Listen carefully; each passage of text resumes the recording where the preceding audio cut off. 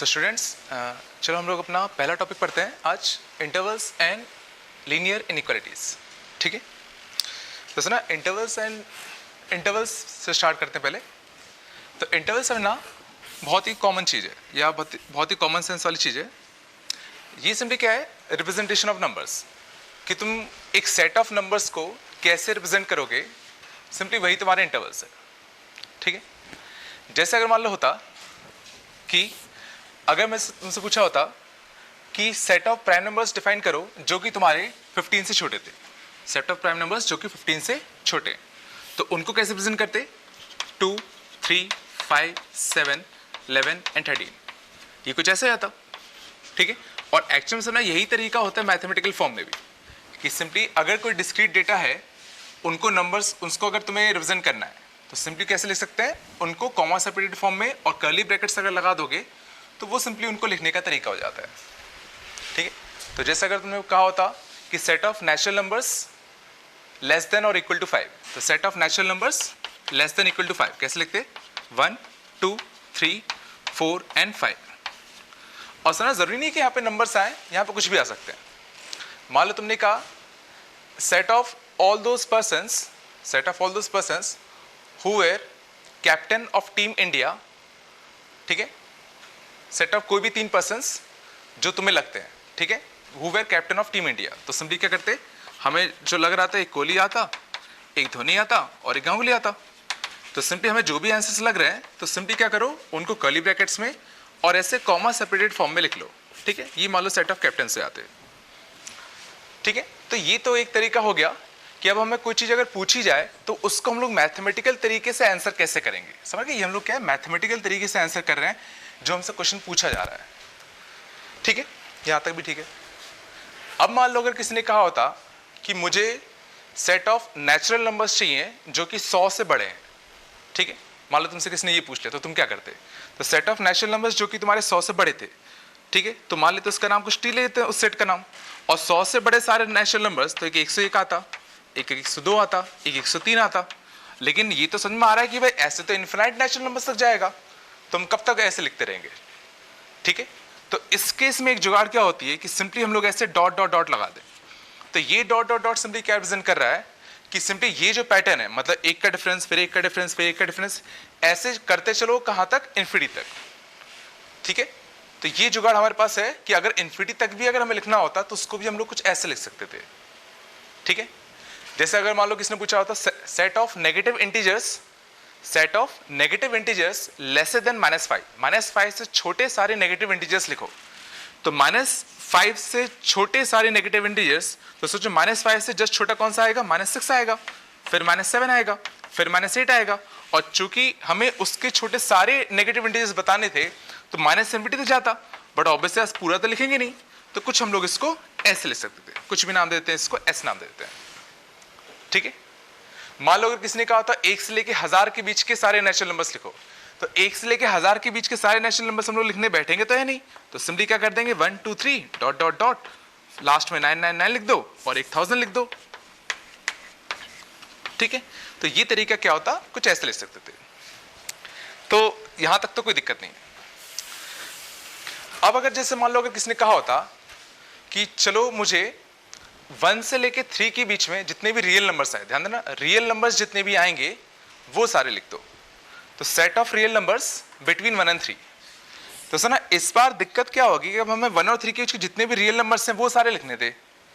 और सुना, अगर तुमने उसको ऐसे लिख दिया, भाई 1 आएगा, ये 2 आएगा, ये 3 आएगा और कुछ ऐसा, तो सब ना ऑब्वियस आता है ये जो रिप्रेजेंटेशन है ये गलत है, क्योंकि उसने कहा था 1 और 3 के बीच के सारे रियल नंबर्स चाहिए, बट तुमने तो खाली यहाँ पे इंटीजर्स लिख दिए। 1.1 का है, 1.2 का है, 1.3 का है, तो पक्का ये गड़बड़ हो जाएगा। तो तुमने कहा कि चलो ठीक है, हाँ ये गड़बड़ हो गया, तो कुछ ऐसे लिख देते हैं 1, 1.1, 1.2 and up to so on, कहाँ तक, 3 तक, ऐसे लिख देते हैं। लेकिन फिर ये गलत है, क्योंकि उसने कहा था 1 और 3 के बीच के तुम्हें सारे रियल नंबर्स चाहिए, बट तुमने क्या किया, यहाँ जो पैटर्न था वो दिख रहा था 0.1, 0.1, 0.1 का चेंज आ रहा था।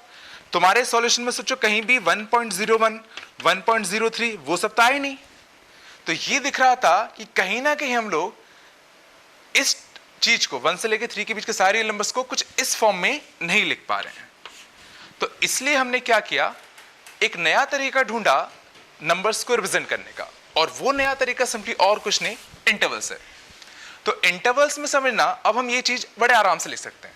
तो अब जैसे अगर हमें 1 से लेके 3 के बीच के सारे रियल नंबर्स चाहिए, ध्यान देना, रियल नंबर चाहिए थे, तो उसको लिखने का बड़ा सिंपल सा तरीका 1 से लेके 3 ऐसे, और मान लो हमें इंक्लूडिंग 1 भी चाहिए था, 3 भी चाहिए था, तो उसको रिप्रेजेंट करने का बड़ा सिंपल सा तरीका क्या होता है, कुछ ऐसे लिख दो।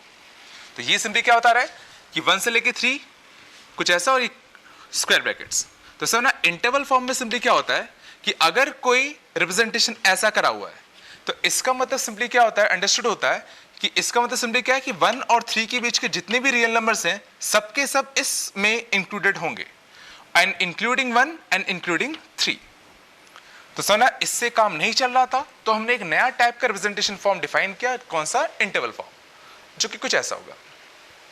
तो अब जैसे अगर मान लो कुछ कंटिन्यूस रियल नंबर्स भी हमसे पूछे होते, तो उसको हम लोग आराम से अब इससे सॉल्व कर सकते हैं, ठीक है। तो जैसे अगर मान लो मेरे से किसी ने कहा होता कि सर 10 से लेके 100 के बीच के जितने भी रियल नंबर्स हैं, 10 से लेके 100 के बीच जितने भी रियल नंबर्स हैं, सबके सब हम लोग कैसे रिप्रेजेंट करेंगे, तो सिंपली क्या करते, 10 से लेके 100, और मान लो उसको 10 भी चाहिए था, 100 भी चाहिए था, तो हम लोग कुछ ऐसे लिख देते, ठीक है। लेकिन मान लो किसी ने कहा कि सर मुझे 5 से लेके 50 तक के सारे रियल नंबर्स चाहिए, 5 से लेके 50 तक के सारे रियल नंबर्स चाहिए, बट मुझे 5 चाहिए, 50 नहीं चाहिए। तो 5 चाहिए था, 50 नहीं चाहिए था, तो उसको करने का बड़ा सिंपल तरीका क्या है, इधर क्या लगा दो, क्लोज ब्रैकेट, इधर क्या लगा दो, ओपन ब्रैकेट। तो सुना, देखो ये अभी भी क्या है, तुम्हारा इंटरवल फॉर्म ही है। तो इंटरवल फॉर्म में लिखा है, तो ये तो कंफर्म है कि यहां जो नंबर है और यहां जो नंबर है, इनके बीच के तो सारे रियल नंबर्स आ ही चुके हैं, समझना। जैसे तुमने इंटरवल फॉर्म में लिखा, तो ये तो कंफर्म है कि इनके बीच के सारे रियल नंबर्स आ ही चुके हैं। बट क्वेश्चन ये उठता था कि बाउंड्री वाला लेना है या नहीं लेना, तो बस इतना सोचना था। तो बाउंड्री वाला लेना है या नहीं लेना, उसको हम लोग कैसे डिसाइड करते हैं, इन ब्रैकेट से। अगर ये स्क्वायर ब्रैकेट लगाया, मतलब तुमने ये वाली बाउंड्री इंक्लूड करी है, अगर यहाँ ओपन ब्रैकेट लगाया, मतलब सिंपली तुमने ये वाली बाउंड्री एक्सक्लूड कर दिया, मतलब तुमने 50 को सॉल्यूशन में इंक्लूड नहीं किया है, ठीक है। तो बीच के सारे रियल नंबर चाहिए थे, तो इंटरवल लिखा। बाउंड्री में डिसाइड करना है कि किसको लेना है किसको नहीं लेना, तो सिंपली क्लोज ब्रैकेट और ओपन ब्रैकेट से डिसाइड कर लो, ठीक है। तो जैसा कि मान लो होता, किसने कहा सर 1 से लेके 10 के बीच के हमें सारे रियल नंबर्स चाहिए, सारे रियल नंबर्स चाहिए, बट मुझे 1 भी नहीं चाहिए था, 10 भी नहीं चाहिए था। तो 1 से लेके 10 के बीच में सारे रियल नंबर्स चाहिए, बट 1 भी नहीं चाहिए, 10 भी नहीं चाहिए। तो देखो बीच के सारे रियल नंबर्स चाहिए थे, तो ये तो कंफर्म है कि इंटरवल फॉर्म में तो लिखना ही पड़ेगा, मतलब कर्ली ब्रैकेट्स वाले से काम नहीं चलेगा। लेकिन 1 भी नहीं चाहिए था, 10 भी नहीं चाहिए था, तो इसलिए सिंपली क्या करते, दोनों पे ओपन ब्रैकेट लगा दो। तो ओपन ब्रैकेट सिंपली क्या होता है कि ना तुमने 1 को सॉल्यूशन में इंक्लूड किया, ना तो तुमने 10 को सॉल्यूशन में इंक्लूड किया, ठीक है। तो ये चला इंटरवल कहां काम आएगा कि अगर तुम्हें समझ में बहुत सारी चीजें हैं, रियल नंबर्स इकट्ठा अगर रिप्रेजेंट करना है, तो सिंपली हम लोग क्या कर सकते हैं, इंटरवल से ऐसे रिप्रेजेंट कर सकते थे, ठीक है। तो जैसा कि मान लो किसी ने कहा होता कि -5 से लेके 50 तक के सारे रियल नंबर्स चाहिए, -5 से लेके 50 तक के सारे रियल नंबर्स चाहिए, -5 नहीं चाहिए था, 50 चाहिए था, तो -5 नहीं चाहिए था, 50 चाहिए था, कुछ ऐसे लिख देते, ठीक है। लेकिन अगर मान लो कोई आता, ठीक है, और उसने कहा कि सर मुझे अब 10 से बड़े जितने भी रियल नंबर्स होते हैं वो सारे चाहिए थे, इंक्लूडिंग 10। 10 से बड़े मुझे जितने भी रियल नंबर्स होते, उन सबको हम लोग इंटरवल्स के फॉर्म में कैसे प्रेजेंट करते, मान लो क्वेश्चन ये होता, और 10 हमें चाहिए था। तो इस बार समझना, 10 से बड़े हमें सारे रियल नंबर्स चाहिए, तो देखो 10 तो चाहिए था, तो इस पे तो क्लोज आएगा। क्वेश्चन उठता है यहाँ पे हम लोग क्या लिखेंगे, तो सुना इसने कहा 10 से बड़े हमें सारे रियल नंबर चाहिए, तो 10 से बड़ा जो सबसे बड़ा रियल नंबर होगा वो तुम्हारा कौन सा होगा, इन्फिनिटी होगा। तो उसको हम लोग कैसे प्रेजेंट करेंगे, कुछ ऐसे। और इसमें गौर करना कि इन्फिनिटी पे जो मैंने ब्रैकेट यूज किया है वो तुम्हारा कौन सा ब्रैकेट यूज किया है, ओपन ब्रैकेट, ठीक है। ओपन ब्रैकेट इसलिए यूज किया, बड़ा सिंपल सा, जैसे मान लो अगर तुमने कहा कि सर इसको हम लोग ऐसे क्यों ले सकते कि 10 से इन्फिनिटी के हमें सारे सॉल्यूशन चाहिए थे इंक्लूडिंग 10, और कुछ ऐसे इसमें क्लोज लगा देते हैं। तो तुमने कहा कि सर ये सॉल्यूशन भी तो सही है, ठीक है। तो तुमने कहा कि भाई 10 से इन्फिनिटी के बीच, इसका मतलब क्या है, 10 से इन्फिनिटी के बीच सारे रियल नंबर्स ले लिए including 10 and including this number. अब समझना, सिंपली अगर मैं तुमसे ये कहूं कि चलो तुमने ये तुम्हारे हिसाब से अगर सही है, तो मैं अगर तुम्हें एक नंबर दूं जो कि 10 से बड़ा है, वो इसमें होना चाहिए। तो जैसे अगर मैंने कहा इन्फिनिटी +1, ये भी एक नंबर होता, और अगर ये भी एक नंबर है तो सोचो ये जो नंबर है कंफर्म इस वाले नंबर से तो बड़ा ही था, इससे एक बड़ा था, बस सोचो ये जो नंबर था वो तो इस सॉल्यूशन में इंक्लूडेड नहीं है। मतलब जो हमारा क्वेश्चन था कि 10 से बड़े सारे रियल नंबर चाहिए, उसमें सोचो कोई ना कोई रियल नंबर तो पक्का छूट गया। तो पक्का ये जो तुमने सॉल्यूशन लिखा है ये कंफर्म इनकम्प्लीट है। इनकम्प्लीट है मतलब ये तरीका पक्का गलत है। तो तुमने कहा चलो सर ठीक है, आपने कहा कि ये गलत है तो मैं इन्फिनिटी प्लस 1 को भी इसमें इंक्लूड कर लेता हूं। तो मैं कहूंगा तुमने इसको तो इंक्लूड कर लिया तो फिर इसको नहीं किया। तो समझना, तुम यहां पे अगर कुछ भी लिखोगे और तुमने यहां क्लोज ब्रैकेट लगा दिया, मतलब तुम्हारे हिसाब से सॉल्यूशन यहां से लेके यहां तक फिक्स हो गया, इसके आगे नहीं जा सकता। क्लोज ब्रैकेट लगा दिया मतलब फिक्स हो गया। और जैसे तुमने क्लोज ब्रैकेट लगाया तो मैं उससे बड़ा कोई ना कोई नंबर पक्का लिख सकता हूं, और कोई ना कोई नंबर पक्का लिख सकते थे तो कंफर्म ये जो सॉल्यूशन होता है हमेशा क्या होता, इनकम्प्लीट होता। समझ गए? इसीलिए हम लोग हमेशा इन्फिनिटी एंड माइनस इन्फिनिटी के केसेस में, इन्फिनिटी एंड माइनस इन्फिनिटी के केसेस में ऑलवेज यूज ओपन ब्रैकेट। कि जब भी इन्फिनिटी और माइनस इन्फिनिटी कभी भी इंटरवल्स में आएंगे तो हम लोग हमेशा क्या करेंगे, ओपन ब्रैकेट्स का ही यूज करेंगे। ठीक है, ये पहली चीज। तो अब हमें ये भी समझ में आ गया कि हम लोग इन्फिनिटीज को इंटरवल्स में कैसे प्रेजेंट करेंगे। तो जैसा कि मान लो किसी ने कहा होता कि सर अब हम लोग -3 से छोटे सारे रियल नंबर्स को कैसे प्रेजेंट करेंगे। तो -3 से छोटे सारे रियल नंबर्स रिप्रेजेंट करने का तरीका क्या है, तो देखो -3 से छोटे सारे रियल नंबर्स, तो सबसे छोटा रियल नंबर कौन सा होता, -50, और -50 से लेकर कहां तक, -3 तक। लेकिन ऑब्वियस है तो -50 आ गया तो हम लोग हमेशा क्या यूज करेंगे, -3। और चूंकि यह -3 पे क्लोज था तो इस पे सिंपली क्या आएगा, क्लोज ब्रैकेट। ठीक है, ये समझ में आ गया। तो ये तो हमने देखा कि इंटरवल्स के फॉर्म में सॉल्यूशंस को कैसे रिप्रेजेंट कर सकते हैं।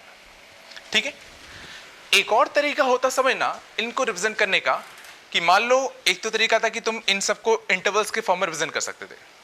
मान लो अगर किसी ने कहा कि सर बस मुझे सॉल्यूशन ही तो बताना है किसी तीसरे बंदे को कि भाई मैं ये सोचना चाहता हूं, ये मैं इन सेट ऑफ नंबर्स के बारे में बात कर रहा हूं, तो उनको करने का एक और तरीका होता है by showing them on number line. कि हम लोग नंबर लाइन में भी प्लॉट करके सेट ऑफ नंबर्स को शो कर सकते हैं। जैसे समझना, जैसे मान लो पहला था 1 से लेके 3, मुझे इस सेट ऑफ नंबर को नंबर लाइन में शो करना है। तो इसका मतलब सिंपली क्या है कि ये कोई नंबर लाइन अगर होता मान लो जिसमें तुम्हारा -1, -2, -1, 0, 1, 2, 3 ऐसे नंबर लाइन होता कुछ। ठीक है, अब इसमें हमें क्या शो करना था, 1 से लेके 3 तक का। तो 1 से लेके 3 में क्या करो, 1 से लेके 3 में क्या करो, एक ऐसी लाइन खींच दो। तो सुना, जहां जहां ये लाइन जाएगा वो सारे के सारे समझना सॉल्यूशन हम लोग मान के चल रहे हैं, हम बताना चाहते हैं। तो 1 से लेके 3 के सारे आ गए। और सना चूंकि हमें 1 भी चाहिए था 3 भी चाहिए था, इसलिए 1 पे जो हमने सर्कल बनाया और 3 पे जो सर्कल बनाया उसको सिंपली क्या कर दो, क्लोज कर दो। तो ये नंबर लाइन रिप्रेजेंटेशन फॉर्म है किसका, 1 से लेके 3 तक का। ठीक है, ऐसे अगर मान लो पूछा होता कि इसको हम लोग नंबर लाइन में कैसे रिप्रेजेंट करते हैं, तो इसको नंबर लाइन में रिप्रेजेंट करने के लिए 5 से लेके कितना, 50। तो सिंपली कुछ मत करो, यहां से 4, यहां से कितना 5, यहां 6, ऐसे करते करते यहां कहीं ना कहीं 50 आता, यहाँ 51 आता, एंड सो ऑन। तो 5 से लेके 50, तो यहां एक सर्कल बनाओ, 50 पे एक सर्कल बनाओ। और समझना 5 चाहिए था 50 नहीं चाहिए था, तो 5 चूंकि चाहिए था तो इस पे सिंपली क्लोज सर्कल आएगा, इस पे सिंपली क्या रहेगा, ओपन सर्कल। तो ये तुम्हारा क्या रिप्रेजेंट कर रहा है, नंबर लाइन रिप्रेजेंटेशन ऑफ किसका, 5 से लेके 50 का। ठीक है, जैसे अगर मान लो मुझे इसको शो करना होता नंबर लाइन में 10 से लेके इन्फिनिटी को, तो 10 से लेके इन्फिनिटी को शो करने के लिए सिंपली 9, 10, 11। तो देखो 10 से बड़े सारे, तो 10 से चालू करोगे और लिमिट कहीं नहीं है, तो सिंपली क्या कर दो, यहाँ पे कैसे एरो खींच दो। एरो का मतलब सिंपली क्या है कि 10 से बड़े जितने भी हैं सबके सब हमने इंक्लूड कर चुके हैं। और चूंकि समझना हमें 10 चाहिए था, इसे 10 पे सिंपली क्या लगा दो, क्लोज कर दो इस सर्कल को। ठीक है, तो समझ गए। तो ये हमने सीखा कि एक सेट ऑफ नंबर्स को हम लोग इंटरवल्स के फॉर्म में कैसे रिप्रेजेंट करेंगे, और उन्हीं को अगर हमें नंबर लाइन के फॉर्म में रिप्रेजेंट करना होता तो कैसे करते हैं। ठीक है, तो होप सो यहां तक समझ में आ गया होगा पूरा। ठीक है, अब लेकिन मान लो अगर मान लो किसी ने कहा कि जरूरी तो है नहीं कि हमेशा जो हमारा आंसर आए वो पूरा पूरा कंटिन्यूस आए। मतलब मान लो अब अगर हमें इंटरवल के फॉर्म में अगर मान लो 1 से लेके 3, सो ना 1 से 3 के बीच के जितने रियल नंबर्स होते हैं उसको भी शो करना होता, और 5 से लेके 7 के बीच के जितने रियल नंबर्स होते हैं उनको भी शो करना होता। समझना, 1 से लेके 3 के बीच में जितने रियल नंबर्स हैं और 5 से लेके 7 के बीच में जितने रियल नंबर्स हैं उन सबको एक इंटरवल फॉर्म में हम लोग कैसे लिखते हैं। तो इस बार समझना, डायरेक्टली लिखना कि 1 से लेके 7 इसका आंसर ये होता, ये सोचो गलत है। ये समझना गलत क्यों है कि समझना जब भी हमने समझना किन्हीं दो नंबर्स के बीच में इंटरवल डिफाइन किया, समझना किन्हीं भी दो नंबर्स के बीच में जब हमने इंटरवल डिफाइन किया तो इसका मतलब सिंपली क्या होता है कि ये 1 से लेके 7 के बीच में जितने भी रियल नंबर्स हैं वो उन सबको इंक्लूड करता है। तो जैसे मैंने ये लिखा है इसका मतलब सिंपली क्या है कि 1 और 7 के बीच के जितने भी रियल नंबर्स हैं वो सारे के सारे आगे होंगे, इंक्लूडिंग 1 एंड इंक्लूडिंग 7। लेकिन सोचो क्वेश्चन के हिसाब से हमें क्या चाहिए था, क्वेश्चन के हिसाब से तो खाली हमें 1 और 3 के बीच के सारे चाहिए थे और 5 और 7 के बीच के सारे चाहिए थे। मान लो 1 और 3 और 5 और 7 ये भी चाहिए था, तो समझना हमें कायदे से 3 और 5 के बीच में जितने रियल नंबर्स आते वो तो हमें नहीं चाहिए थे, बट सोचो वो भी कहीं ना कहीं इसमें आगे होंगे। ये समझ में आ रहा है, मतलब पक्का ये जो रिप्रेजेंटेशन था ये कुछ गलत था। तो इसलिए इसको करने का तरीका क्या होता है कि 1 से लेके 3 के बीच के हमें सारे रियल नंबर चाहिए, तो देखो ये तो बिल्कुल सही है, और 5 से लेके 7 के बीच के हमें सारे रियल नंबर चाहिए, ये भी सही है। और चूंकि समझना फाइनल सॉल्यूशन में ये भी चाहिए था ये भी चाहिए था, तो इसलिए सिंपली हम लोग क्या यूज करते हैं, union. Union simply mathematical term में क्या होता है, एक प्लस टाइप का मान लो कि दैट ये this is also a solution and this is also a solution, मतलब ये पूरा का पूरा क्या होगा, एक सॉल्यूशन कंसिडर होगा जिसमें ये भी इंक्लूडेड है एंड ये भी इंक्लूडेड है। सो ना जैसे प्लस प्लस नहीं लगाते, इसमें हम लोग सिंपली क्या यूज करते हैं, यूनियन का साइन यूज करते हैं, means this and this both are included in the solution.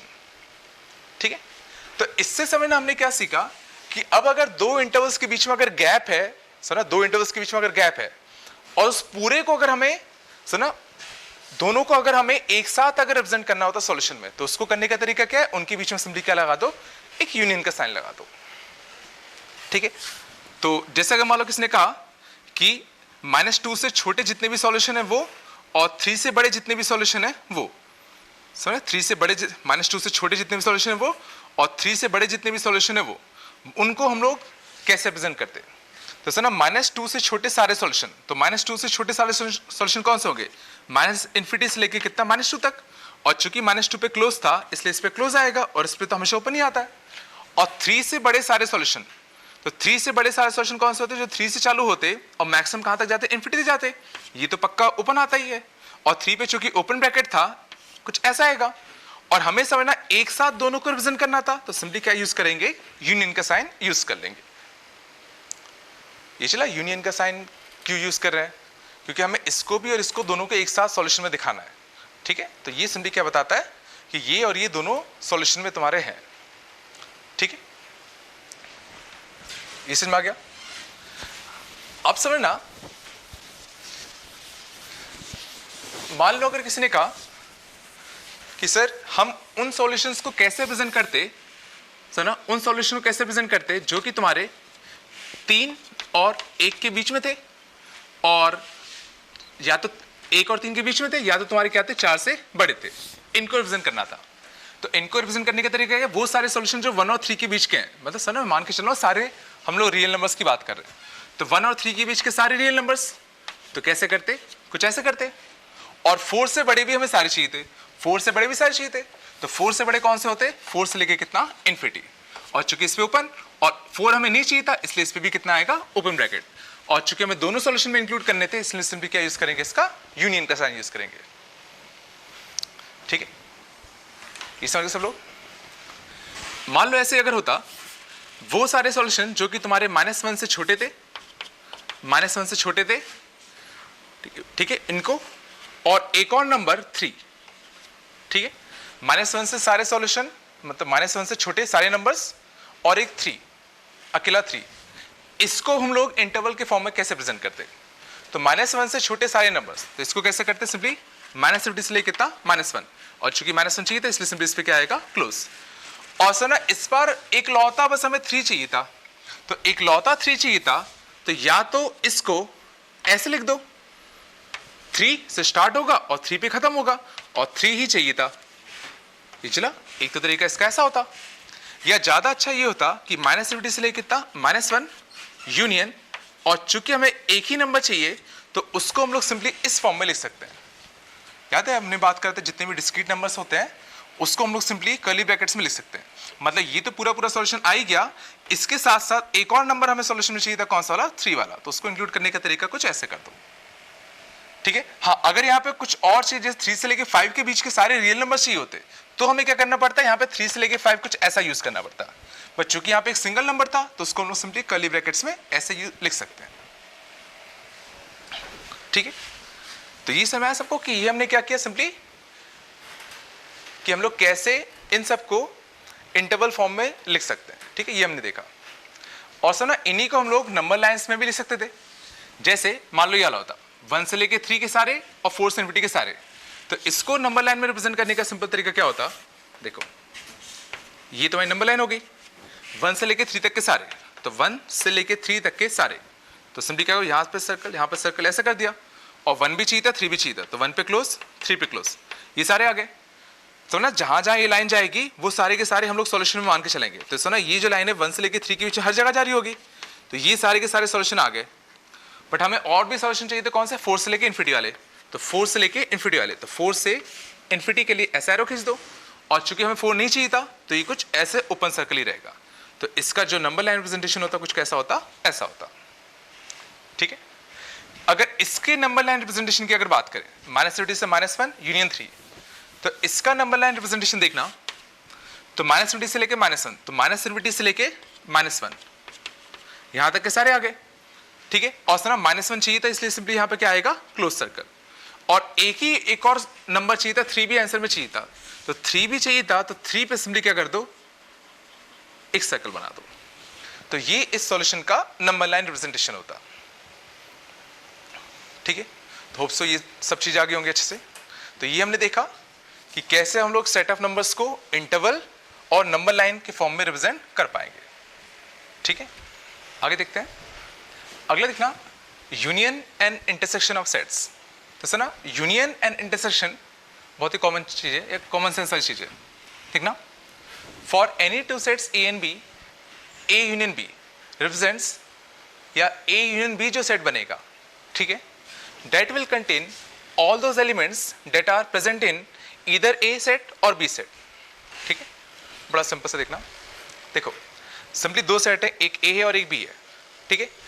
A में मान लो, ठीक है, A में मान लो प्लेयर्स होते, जैसे मान लो होता A एक सेट है जिसमें मान लो होता कोहली होता, रैना होता और गौतम गंभीर होते, ठीक है। मान लो B एक सेट होता, जैसे मान लो धोनी होता, गांगुली होता, सचिन होता, द्रविड़ होता, ठीक है। तो ये ए सेट हो गया, बी सेट हो गया।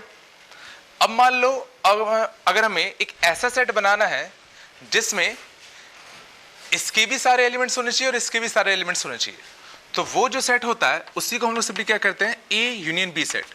तो ए यूनियन बी सेट में सिंपली क्या होगा, वो सारे एलिमेंट्स होंगे जो या तो इसमें होंगे या तो इसमें होंगे या दोनों में होंगे, ठीक है। तो ए यूनियन बी सेट में कौन कौन से होते हैं, कोहली भी आ जाता, रैना भी आ जाता, गंभीर भी आ जाता, धोनी, गांगुली, सचिन और द्रविड़, ये सबके सब आ जाते हैं, ये चला।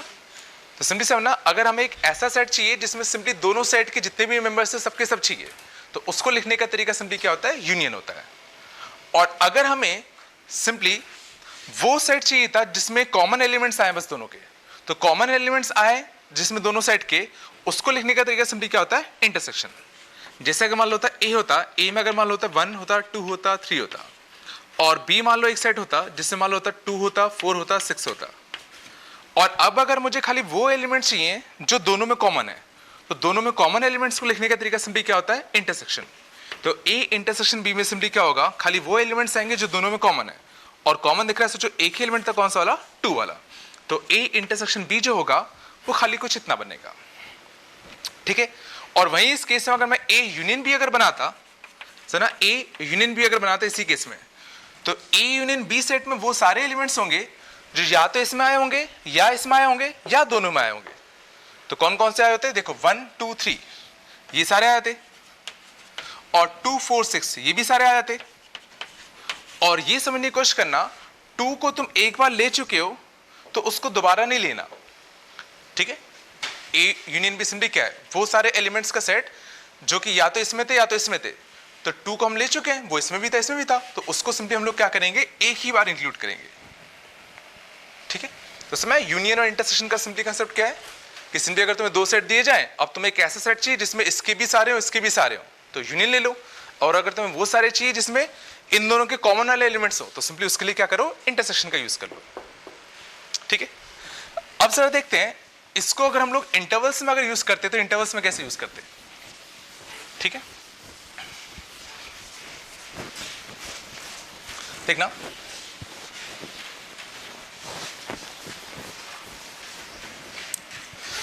जैसे अगर मान लो होता, अब अगर मैंने कहा 0 से लेके 5 इंटरवल यूनियन सुना 3 से लेके 4, तो सुना 0 से लेके 5 इंटरवल और 3 से लेके 4 इंटरवल का यूनियन। तो इसी को अगर मान लो अब अगर हमें सिंप्लीफाई करना होता, तो सिंप्लीफाई करना होता तो कैसे करते। तो देखो इसने कहा कि 0 से लेके 5 के सारे रियल नंबर्स इसमें आ गए, 3 से लेके 4 के बीच के सारे रियल नंबर्स इसमें आ गए, और दोनों का यूनियन लोगे तो एक ऐसा इंटरवल चाहिए तुम्हें, एक ऐसा इंटरवल चाहिए इसमें इसके भी सारे हो इसके भी सारे हो, और सिंप्लीफाइड फॉर्म में चाहिए था। तो सोचो मैं सीधा लिख रहा हूं 0 से लेके सीधा कितना 5, क्योंकि सोचो 3 से लेके 4 के बीच में जितने भी नंबर्स होते हैं वो सोचो इसमें तो ऑटोमेटिकली आ चुके होंगे। ये चल रहा है कि 3 से 4 के जितने भी रियल नंबर्स होते हैं बीच के वो सबके सब इसमें तो आ चुके होंगे। तो इन दोनों का जो सिंप्लीफाइड यूनियन फॉर्म होगा वो कुछ अपना ऐसा रहा होगा।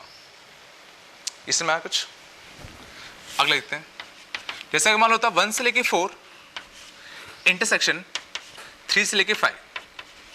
अब अगर मान लो मुझे इस सेट का और इस सेट का इंटरसेक्शन चाहिए। इंटरसेक्शन मतलब सिंपली क्या है कि इस इंटरवल में और इस इंटरवल में कॉमन पार्ट कौन सा है।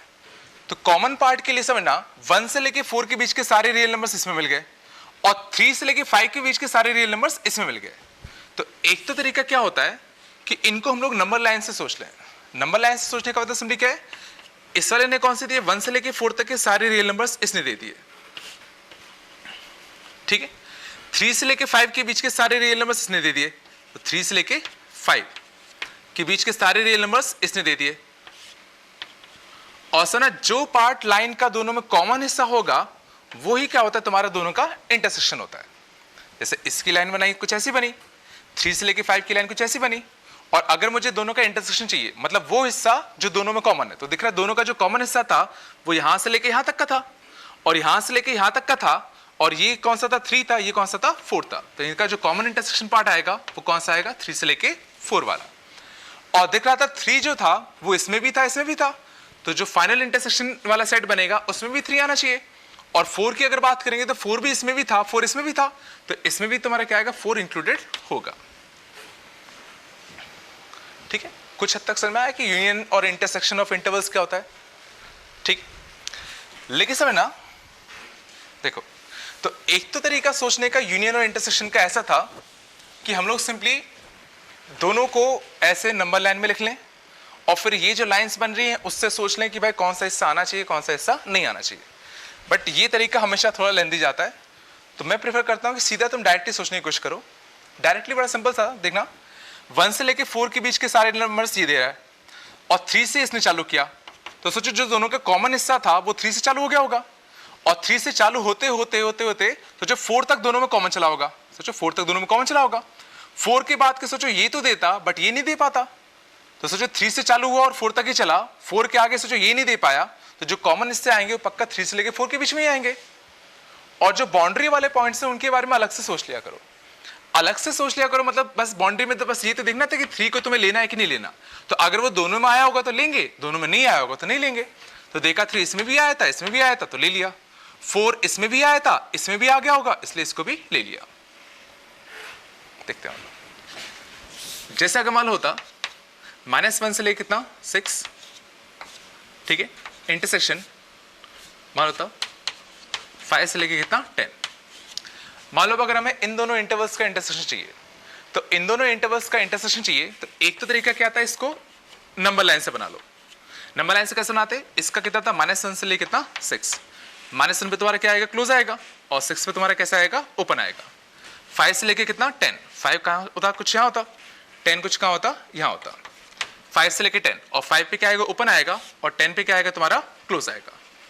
अब चूंकि इंटरसेक्शन चाहिए था, तो जो दोनों लाइंस का जो कॉमन हिस्सा था कौन सा वाला, यहां से लेके यहां तक वाला, ये आंसर में आता, और ये कौन सा पार्ट था 5 था, ये कौन सा था तुम्हारा 6 था, तो आंसर तुम्हारा 5 से लेके 6 कुछ चला जाता। अब क्वेश्चन बस ये उठता है, अब देखो अब बस ये होता है कि 5 और 6 के साथ क्या, तो दिख रहा था ना 5 जो था 5 से जो इसमें तो था, बट 5 से जो इस वाले सेट में नहीं था, और इंटरसेक्शन में कौन सा आते हैं, वो उसमें वो आते हैं जो दोनों में होने चाहिए, बट 5 इसमें था इसमें नहीं था, इसलिए इंटरसेक्शन में वो आने चाहिए जो दोनों में है, इसलिए 5 तुम्हारा सॉल्यूशन में नहीं आएगा। 6 की बात करें तो 6 सोचो इस वाले में तो था, बस 6 सोचो इस वाले में नहीं था, इसलिए 6 को भी आंसर में नहीं लेना, तो ये इसका सॉल्यूशन होता। ठीक है, वापस से नंबर लाइन से करने जाओगे तो थोड़ा सा टाइम लगेगा, ये डायरेक्टली सोचने की कोशिश करो। डायरेक्टली या सिंपली कॉमन सेंस से बड़ा कि -1 से लेकर 6 और ये 5 से चालू हो रहा है, तो सोचो जो दोनों का कॉमन हिस्सा है, सोचो कहीं 5 से स्टार्ट हो गया होगा, सोचो जब ये 5 यहां पर कहीं 5 आया होता तो वहां से दोनों कॉमन आना चालू होते। अब चलते चलते चलते चलते जब ये 6 तक पहुंचते तो दोनों में कॉमन चलता, बट जैसे समझना ये 6 से पार निकला, ये सोचो 6 से पार निकलता तो 6 के बाद का सोचो ये तो दे देता, बट ये नहीं दे पाता, तो जो कॉमन हिस्सा जो दोनों का चला वो सोचो 5 से स्टार्ट हुआ और जाते जाते 6 तक चला, तो 5 से लेके 6 आंसर माना चाहिए था। अब बट क्वेश्चन उठता 5 और 6 के साथ क्या, तो 5 देख लो क्या दोनों में है, तो 5 इसमें तो था इसमें नहीं था इसलिए नहीं आया, 6 इसमें तो था इसमें नहीं था इसलिए 6 भी नहीं आया। इसमें आया? ठीक, तो ये होप्स तो समझ में आया होगा कि इंटरवल्स के केस में हम लोग इंटरसेक्शन कैसे लेंगे। ठीक है, यूनियन का भी हमने देखा था, कुछ ऐसे कर सकते थे। ठीक है सर ना, जैसे मान लो अगर होता -1 से लेके 5, ठीक है, -1 से लेके 5 यूनियन 6 से लेके 7, ठीक है, और इंटरसेक्शन 2 से लेके 4 मान ली होता, इसको हमें रिप्रेजेंट करना होता। ठीक है, तो जरा सोचने की कोशिश करो, ये सिंपली क्या बता रहा है, यूनियन सिंपली ये बता रहा है कि एक ऐसा सेट जिसमें इसके तो सारे होंगे ही होंगे और इसके भी सारे होंगे, और इस बार समझना ये जो है ये अपना सिंप्लीफाइड फॉर्म में लिखा है कि सोचो -1 से लेके 5 के सारे चाहिए थे और 6 से लेके 7 के बीच के सारे चाहिए थे, तो सोचो इसको हम लोग और सिंप्लीफाई नहीं कर सकते। जैसे इस वाले केस में हमने समझना इस चीज को सिंप्लीफाई करके कुछ ऐसा लिख पा रहे थे, क्योंकि 3 से 4 क्या था इसी के अंदर इंक्लूडेड था, तो इसको हम लोग सिंप्लीफाई कर पा रहे थे। लेकिन इस बार समझना ये जो 6 से लेके 7 था वो कंप्लीटली अलग था इससे, ये चल रहा है, मतलब ये जो सेट होगा ये अपने आप में सिंप्लीफाइड वर्जन लिखा हुआ है। अब ये जो सेट बना इसका हमें इंटरसेक्शन लेना था इस सेट के साथ, मतलब इस सेट में और इस सेट में जो कॉमन एलिमेंट्स थे मुझे वो निकालने थे। अब इसको करने का तरीका सिंपली क्या है, एक तरीका वापस से कि सिंपली दोनों को नंबर लाइंस में लिख लो, तो -1 से लेके 5, तो -1 से लेके कितना 5 और कितना 6 से लेके कितना 7, तो -1 से लेके 5 तो कितना क्लोज, यहां से 5 कितना आएगा ओपन, 6 से लेके कितना 7, तो 6 से लेके कितना 7, इस पे कितना आएगा तुम्हारा क्लोज, कुछ ऐसा बनता। और ये सेट कौन सा था 2 से लेके 4 वाला, और 2 से लेके 4 जरा सोचने की कोशिश करो, 2 यहां होता 4 का यही होता, तो 2 से लेके 4 कुछ यहां पे आता। और अब ये जो सेट है ये वाली लाइन वाला सेट, और ये जो सेट था इनमें कॉमन हिस्सा चाहिए था, और इनका कॉमन हिस्सा दिख रहा है और कोई नहीं यही वाला होगा, और कॉमन हिस्सा कौन सा हो गया सिंपली 2 से लेके 4 वाला, ये चला। और 2 से 4 में अब क्वेश्चन उठता है 2 और 4 के साथ क्या, तो दिख रहा था 2 इसमें तो था बट इसमें नहीं था ओपन, 4 इसमें तो था बट इसमें नहीं था, इसलिए इसमें भी कितना आएगा ओपन। तो आंसर जो आता है इसका वो सीधा बस 2 से लेके 4 दोनों पे ओपन ब्रैकेट आया था। ठीक है, ये समझ में आया सबको। ठीक है, तो इसको सिंपली हमने सॉल्व करने के लिए क्या किया, पहले हमने इसको सिंप्लीफाई किया फिर हमने इसके साथ इसको सॉल्व कर दिया। ठीक है, या सिंपली समझना डायरेक्टली सोच सकते थे या सीधा सोच सकते थे। देखो ये सिंपली कौन से रिप्रेजेंट, ये कौन से नंबर्स को रिप्रेजेंट कर रहा था, जो कि -1 से लेके 5 और 6 से लेके 7 दोनों थे, तो ये तो पूरा पूरा आ गया। अब 2 से लेके 4 के साथ बस हमें इसका इंटरसेक्शन लेना था, मतलब इसके बस वो एलिमेंट्स देखने थे जो 2 और 4 2 से लेके 4 के साथ कॉमन थे। तो सोचो ये हिस्सा तो कुछ भी कॉमन नहीं देता 2 और 4 के साथ, सोचो ये हिस्सा 2 और 4 के साथ कुछ भी कॉमन नहीं देता, तो यहां से तो कुछ भी मिलने से रहा था, तो जो भी कॉमन पार्ट आना चाहिए था 2 से लेके 4 के बीच में वो पूरा पूरा खाली यहीं से मिलना था। और इधर देख रहा है 2 से लेके 4 कंप्लीटली इसके अंदर ही आता, सोचो 2 से लेके 4 कंप्लीटली इसके अंदर ही आता, और चूंकि कंप्लीटली वो इसके अंदर ही आता तो दिख रहा था पूरा का पूरा 2 से लेके 4 वाला इंटरवल ही दोनों में कॉमन होता, तो दोनों में कॉमन जो हिस्सा आता सीधा कितना आता 2 से लेके 4 वाला मिल जाता। ठीक है, अगर ये तरीका ना आए तो इससे कर लिया करो, ठीक है। होप समझ में आ गया होगा थोड़ा बहुत, ठीक है। तो ये हमने देखा कि इंटरवल्स के बीच में अब हम लोग यूनियन और इंटरसेक्शन को कैसे सॉल्व करेंगे। चलो देखना, ये कुछ सेट ऑफ क्वेश्चंस हैं, ये तुमको अभी वीडियो को पॉज करो, ठीक है, और इन क्वेश्चंस को ट्राई करो, ठीक है। और ट्राई करने के बाद फिर वापस से वीडियो को रिज्यूम करना, तो मैं इसके सॉल्यूशंस दूंगा, ठीक है। और चेक करना कि तुम्हारे कितने सॉल्यूशन सही हो रहे हैं, कितने गलत हो रहे हैं, ठीक है। पहला क्वेश्चन बड़ा सिंपल सा, represent the sets on number line. ये जितने भी सेट्स लिखे हैं इनको तुम्हें नंबर लाइन में रिप्रेजेंट करना है, ठीक है। अगला क्वेश्चन क्या है, right in their interval form. मतलब ये नंबर लाइन रिप्रेजेंटेशन दिए हैं दो सेट्स के, इनको तुम्हें इंटरवल फॉर्म में लिखना है कि इंटरवल फॉर्म में इसको कैसे लिखते हैं, ठीक है। ये तुम्हारा सिंपली क्या है, सिंप्लीफाई देम। मतलब ये जो भी ऑपरेशन दिया हुआ है इसको मतलब इंप्लीमेंट करने के बाद जो फाइनल इंटरवल बनेगा तुम्हें वो लिखना है, इस केस में, इस केस में, इस केस में, ठीक है। और ये ब्रैकेट का मतलब सिंपली ये है कि पहले तुम्हें इन दोनों को सॉल्व करना है, फिर जो सॉल्यूशन आएगा इसका उसका इसके साथ सॉल्व करना है, ठीक। 14 क्वेश्चन देखना, ये थोड़ा अच्छा होगा। इफ ए सेट इज 1 से लेके 6, कुछ ऐसा, मतलब एक ए सेट होता जो कुछ ऐसा होता और उसी का जो ए यूनियन बी सेट होता वो कुछ ये दिया हुआ है, ठीक है। तो ए पता है, ए यूनियन बी पता है, तो अब तुम्हें बताना है पॉसिबल बी सेट कैसा हो सकता था या बी सेट वो कौन सा होगा। अब सर ना इस केस में क्या होगा, तुम जब सॉल्व करोगे तो दिख रहा होगा कि बी के बहुत सारे सेट्स पॉसिबल होंगे, तो तुम्हें उनमें से वो सेट बताना है बी का जो सबसे बड़ा होगा। सबसे बड़ा समझ में आता हो जिसमें जितने ज़्यादा नंबर्स होंगे वो उतना बड़ा होगा। तो जो बी के पॉसिबल सेट्स होंगे उसमें जो सबसे बड़ा वाला बी का सेट होगा, एक तो वो बताना है वो कौन सा होगा, और जो सबसे छोटे साइज वाला बी का सेट होगा तुम्हें वो बताना है वो कौन सा होगा, ठीक है। तो इन क्वेश्चंस के लिए लगभग 10 मिनट लगेंगे मुश्किल से। 10 मिनट वीडियो को पॉज करो, सॉल्व करो और फिर दोबारा वीडियो को रिज्यूम करना, ठीक है। चलो सॉल्यूशंस देखते हैं इनके। तो देखना, पहला तो नंबर लाइन में ये तो कर ही लिए होंगे, बड़े सिंपल है। 1 से लेके 3, तो 1 से लेके 3 तो यहाँ 1 होगा, यहाँ 3 होगा, यहाँ तुम्हारा क्लोज सर्कल आएगा, यहाँ तुम्हारा क्या आएगा, ओपन सर्कल। अगला -70 से लेके 3, तो -70 से लेके कितना, 3 तक, है ना। और 3 पे तुम्हारा कैसा आएगा, क्लोज, ये कुछ ऐसा। और 6 से लेके कितना, 7, 6 से लेके कितना, 7, तो ये कुछ कैसा आएगा, ऐसा। अगला, ठीक है, ये तो बड़े सिंपल सिंपल है ना, इसमें दिक्कत नहीं आ रही होगी ना। अगला लिखते हैं 2 से लेके इन्फिनिटी और कितना, कर्ली ब्रैकेट्स में 1 से लेके 6, ध्यान देना। तो 2 से लेके इन्फिनिटी, तो 2 से लेके इन्फिनिटी और 2 पे कैसा है, क्लोज सर्कल, और ये कहाँ तक, इन्फिनिटी तक। और सुना कर्ली ब्रैकेट्स में दिए हैं, मतलब ये सिंपली 2 पॉइंट्स है, ये इंटरवल नहीं है। मतलब इसके साथ साथ हमें 2 पॉइंट्स और सेट सॉल्यूशन सेट में इंक्लूड करने, तो कौन सा वाला, एक 1 वाला और एक 6 वाला। और ये समझने की कोशिश करना, 6 सोचो इसमें कहीं आ चुका होगा, तो 6 के लिए वापस से ऐसा करने की जरूरत नहीं है क्योंकि वो हम पहले ले चुके हैं। और यूनियन में याद होगा तो हम एक ही बार लेते हैं, अगर कोई चीज दोनों में अगर कॉमन आ जाए तो उसको हम लोग एक ही बार इंक्लूड करते हैं। तो इसमें 6 आ चुका था, बट इसमें सोचो 1 नहीं आया होगा, तो 1 हमें और लेना पड़ेगा, तो 1 पे सिंपली क्या कर दो, कुछ ऐसा बना दो। ये चला, ये क्या किया, तो ये इसका आंसर होता, ठीक है। ये आगे होंगे। अगले लिखना, अब इनका हमें इंटरवल फॉर्म लिखना था, तो इनका हमें इंटरवल फॉर्म लिखना था। तो ये दिख रहा है -70 से ले कितना, -2, -70 से ले कितना, -2, और ये क्या है, -2 पे ओपन यूनियन, मतलब ये भी चाहिए था, ये भी चाहिए था आंसर में। और कहां से कहां तक, 3 से लेके इन्फिनिटी, और दिख रहा है 3 पे तुम्हारा कैसा आएगा, क्लोज। अगले लिखना, -3 से लेके, देखो -3 से लेके कितना, 0, -3 पे कितना आएगा, क्लोज, -3 से लेके कितना, 0, ठीक है। -3 पे क्लोज और 0 पे कैसा आएगा, ओपन। यहाँ पे 3 से लेके कितना, इन्फिनिटी, 3 से लेके कितना, इन्फिनिटी, और 3 पे तुम्हारा कैसा था, ओपन।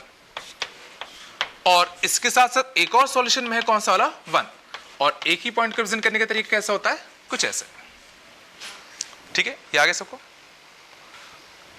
अगला लिखना, अगला तुम्हारा क्या था, सिंप्लीफाई देम, मतलब इसको हमें सिंप्लीफाई करके सिंपलेस्ट फॉर्म में लाना था।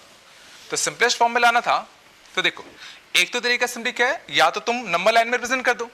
तो नंबर लाइन में अगर रिप्रेजेंट करते तो देखना, -2 से लेके 4, तो -2 से लेके कितना, 4, कुछ ये ऐसा था। और -2 पे कैसा आएगा, क्लोज आएगा, और 4 पे कैसा आएगा तुम्हारा, ओपन आएगा।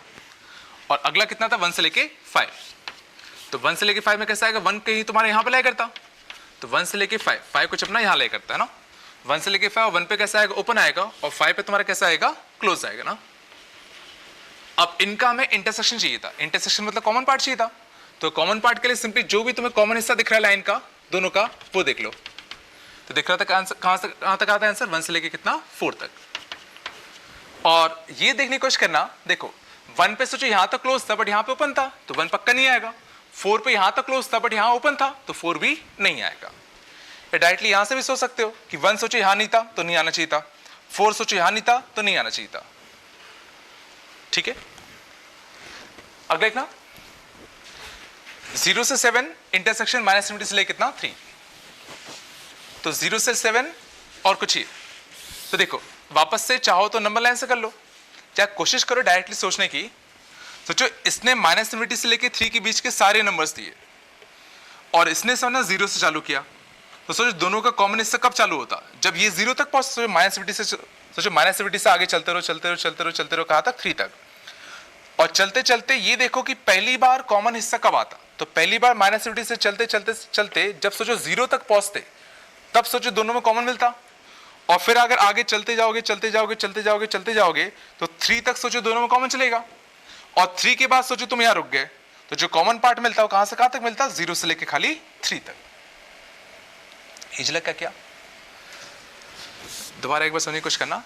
मैं सिंपली क्या कर रहा हूं, हमें सर ना -70 से लेके 3 तक जाना था, तो मैं सिंपली क्या किया, -70 से स्टार्ट किया और चलते मैं 3 तक जा रहा हूं, और चलते पहली बार जब इसके साथ कॉमन हिस्सा मिलेगा मैं वो चेक कर ले रहा हूं। तो चलते पहली बार से जो कॉमन हिस्सा कब मिलता दोनों का, जब ये 0 तक पहुंचता, तो 0 तक जब ये पहुंचता तो कॉमन मिलना चालू होता, और फिर आगे जाते यहां तक पूरा कॉमन चलता, और उसके बाद ये आगे जाता नहीं, तो जितना भी कॉमन पार्ट मिलता वो 0 से लेकर 3 तक ही मिलता। तो ये तो कंफर्म है, जो तुम्हारा सॉल्यूशन आना चाहिए था वो कुछ 0 से लेकर 3 आना चाहिए था। अब बस क्वेश्चन होता है 0 और 3 पे ओपन या क्लोज, तो 0 का देख लो, तो 0 इसमें भी था तो कंफर्म 0 पे कैसा आएगा, क्लोज आएगा। 3 इसमें भी था तो 3 पे भी तुम्हारा क्या आएगा, क्लोज आएगा। तो इसका जो सिंप्लीफाइड आंसर होता वो कुछ ये होता। ठीक है, अगला देखते हैं। वैसे अगर अगले में जाते तो देखो पहला तुम्हारा क्या था, इनका यूनियन 6 से लेके 7, यूनियन 1 से लेके 9, मतलब सुना। अब जरा ये सुनने की कोशिश करो, अगर मैं इसको सॉल्व करता खाली तो क्या, इसका मतलब क्या है कि इन दोनों का हमें यूनियन सेट लिखना है, तो एक ऐसा सेट जिसमें इसके भी सारे नंबर्स आ जाएं, इसके भी सारे आ जाएं। और जरा ये सोचने की कोशिश करो 6 से लेके 7 कंप्लीटली इसके अंदर लाई कर रहा है, सोचो इसके अंदर 6 से लेके 7 आ चुका होगा, तो इनका अगर मैं यूनियन लूंगा तो इन दोनों का सोचो यूनियन जो है मैं डायरेक्टली कह सकता हूं 1 से लेके 9 आएगा। एक ऐसा सेट जिसमें इसके और इसके सब दोनों के एलिमेंट्स आ जाए, तो 1 से लेकर 9 में सोचो इसके भी सारे आगे होंगे, इसके भी सारे आगे होंगे। ये चला। अब इसका हमें इंटरसेक्शन लेना था किसके साथ, वापस से -70 से लेके किसके साथ, 2 के साथ, सॉरी 2 पे क्लोज था। अब हमें इसका इंटरसेक्शन इसका लेना है, वापस से वही चीज करो, -70 से स्टार्ट करो और 2 की तरफ जाते रहो। देखो पहली बार कॉमन हिस्सा कब मिलता, तो पहली बार -70 से 2 की तरफ जाते तो कॉमन हिस्सा जो मिलता वो 1 से मिलना चालू होता, और 1 से चलते 2 तक सोचो कॉमन हिस्सा मिलता, उसके बाद सोचो ये आगे जाएगा नहीं, तो जितना भी कॉमन हिस्सा मिला वो कौन सा मिल गया तुम्हारा, 1 से लेके 2 तक का मिल गया। अब बस क्वेश्चन उठता है कि 1 और 2 के साथ क्या, तो देख लो 1 इसमें था इसमें नहीं था तो ओपन, 2 इसमें था इसमें भी था तो कितना आएगा, क्लोज। तो ये इसका आंसर होता।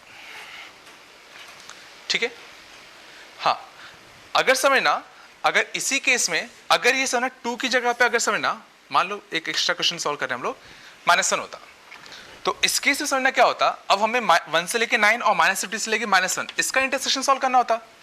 अब इस बार समझना, अब अगर मैं -70 से लेके -1 तक की तरफ जाऊं, -70 से लेके -1 की तरफ जाऊं, तो जरा ये सोचने की कोशिश करो, अब चलते तुम्हें -1 तक जाना है। अब ये सोचो -70 से जब तुम -1 की तरफ मूव कर रहे होगे तो सोचो पहली बार कॉमन हिस्सा कब मिलता, तो जो पहली बार कॉमन हिस्सा कभी भी नहीं मिल पाता, क्योंकि ये तो स्टार्ट ही 1 से हो रहा है और ये सोचो -1 तक ही जा पा रहा है, मतलब इन दोनों में सोचो कोई कॉमन पार्ट मिलेगा ही नहीं। और उस केस में जो आंसर आता है उसको हम लोग क्या कहते हैं, 5 सिंपली क्या बताता है, एक एम्प्टी सेट को प्रेजेंट करता है। एम्प्टी सेट मतलब इनका हमने इंटरसेक्शन लिया और हमें कोई भी एलिमेंट उसमें नहीं मिला, तो उस केस को हम लोग सिंपली किससे प्रेजेंट करते हैं, इस साइन से। इसको हम लोग क्या कहते हैं, 5 कहते हैं। तुम चाहते तो इसको नंबर लाइन से भी सोच सकते थे। नंबर लाइन से कैसे देखते, अगर सोचो 1 से लेके 9 को बनाते तो 1 से लेके 9 कैसे दिखता, 1 यहाँ पे कहीं होता, 9 यहाँ कहीं होता, और दोनों में सिंपली क्या होता, ओपन। ये कैसा होता, -50 से लेके -1, तो -50 से लेके कितना, -1, तो ये कुछ अपना ऐसा होता, और -1 पे कितना आएगा, क्लोज। और अब हमें क्या चाहिए था, इन दोनों में कॉमन पार्ट देखना था, इन दोनों में वो हिस्सा देखना था जो दोनों लाइन में कैसा हो, कॉमन। और जो कॉमन हिस्सा दिख रहा है इस बार कुछ भी नहीं है, और चूंकि कुछ भी नहीं था दोनों का कॉमन हिस्सा, इसलिए दोनों का आंसर क्या आना चाहिए था, 5 आना चाहिए था। ठीक है, होप से अभी समझ में आ गया होगा। अगला क्वेश्चन देखते हैं। अगला क्वेश्चन अच्छा था। अगले क्वेश्चन से तुम्हारा क्या था,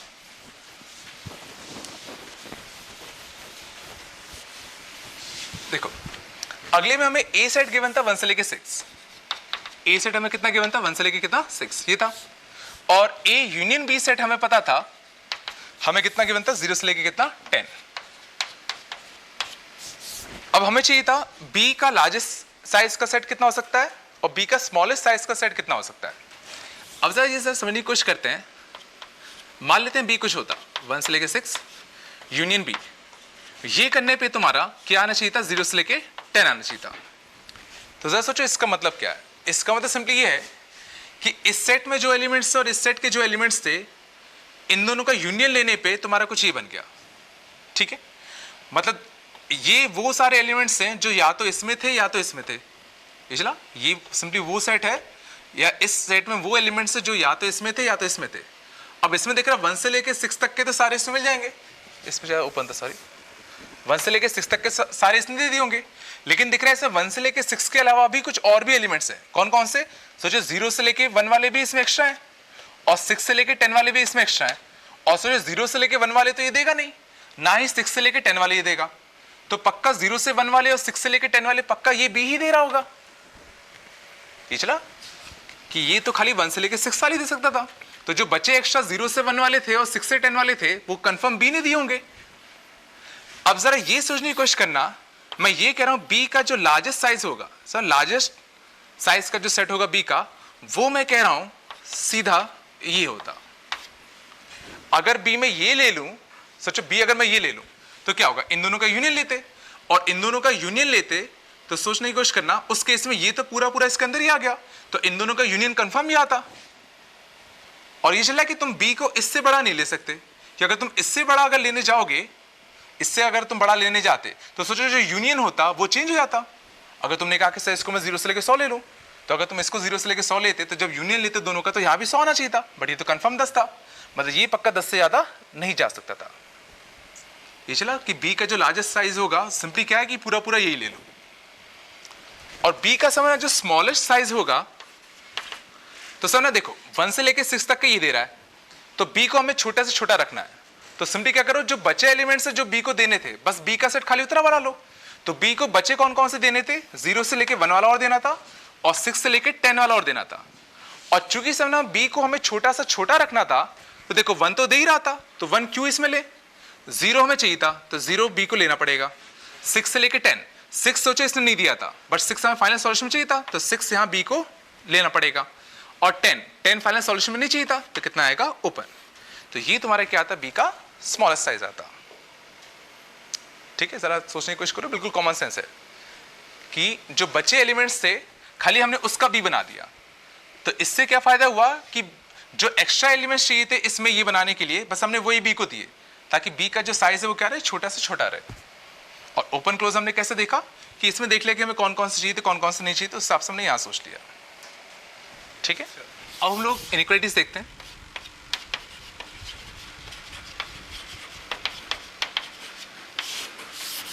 तो इनइक्वालिटीज समझना सिंपली, जैसे अगर मान लो क्या होता x + 5 is greater than equal to कितना, 3।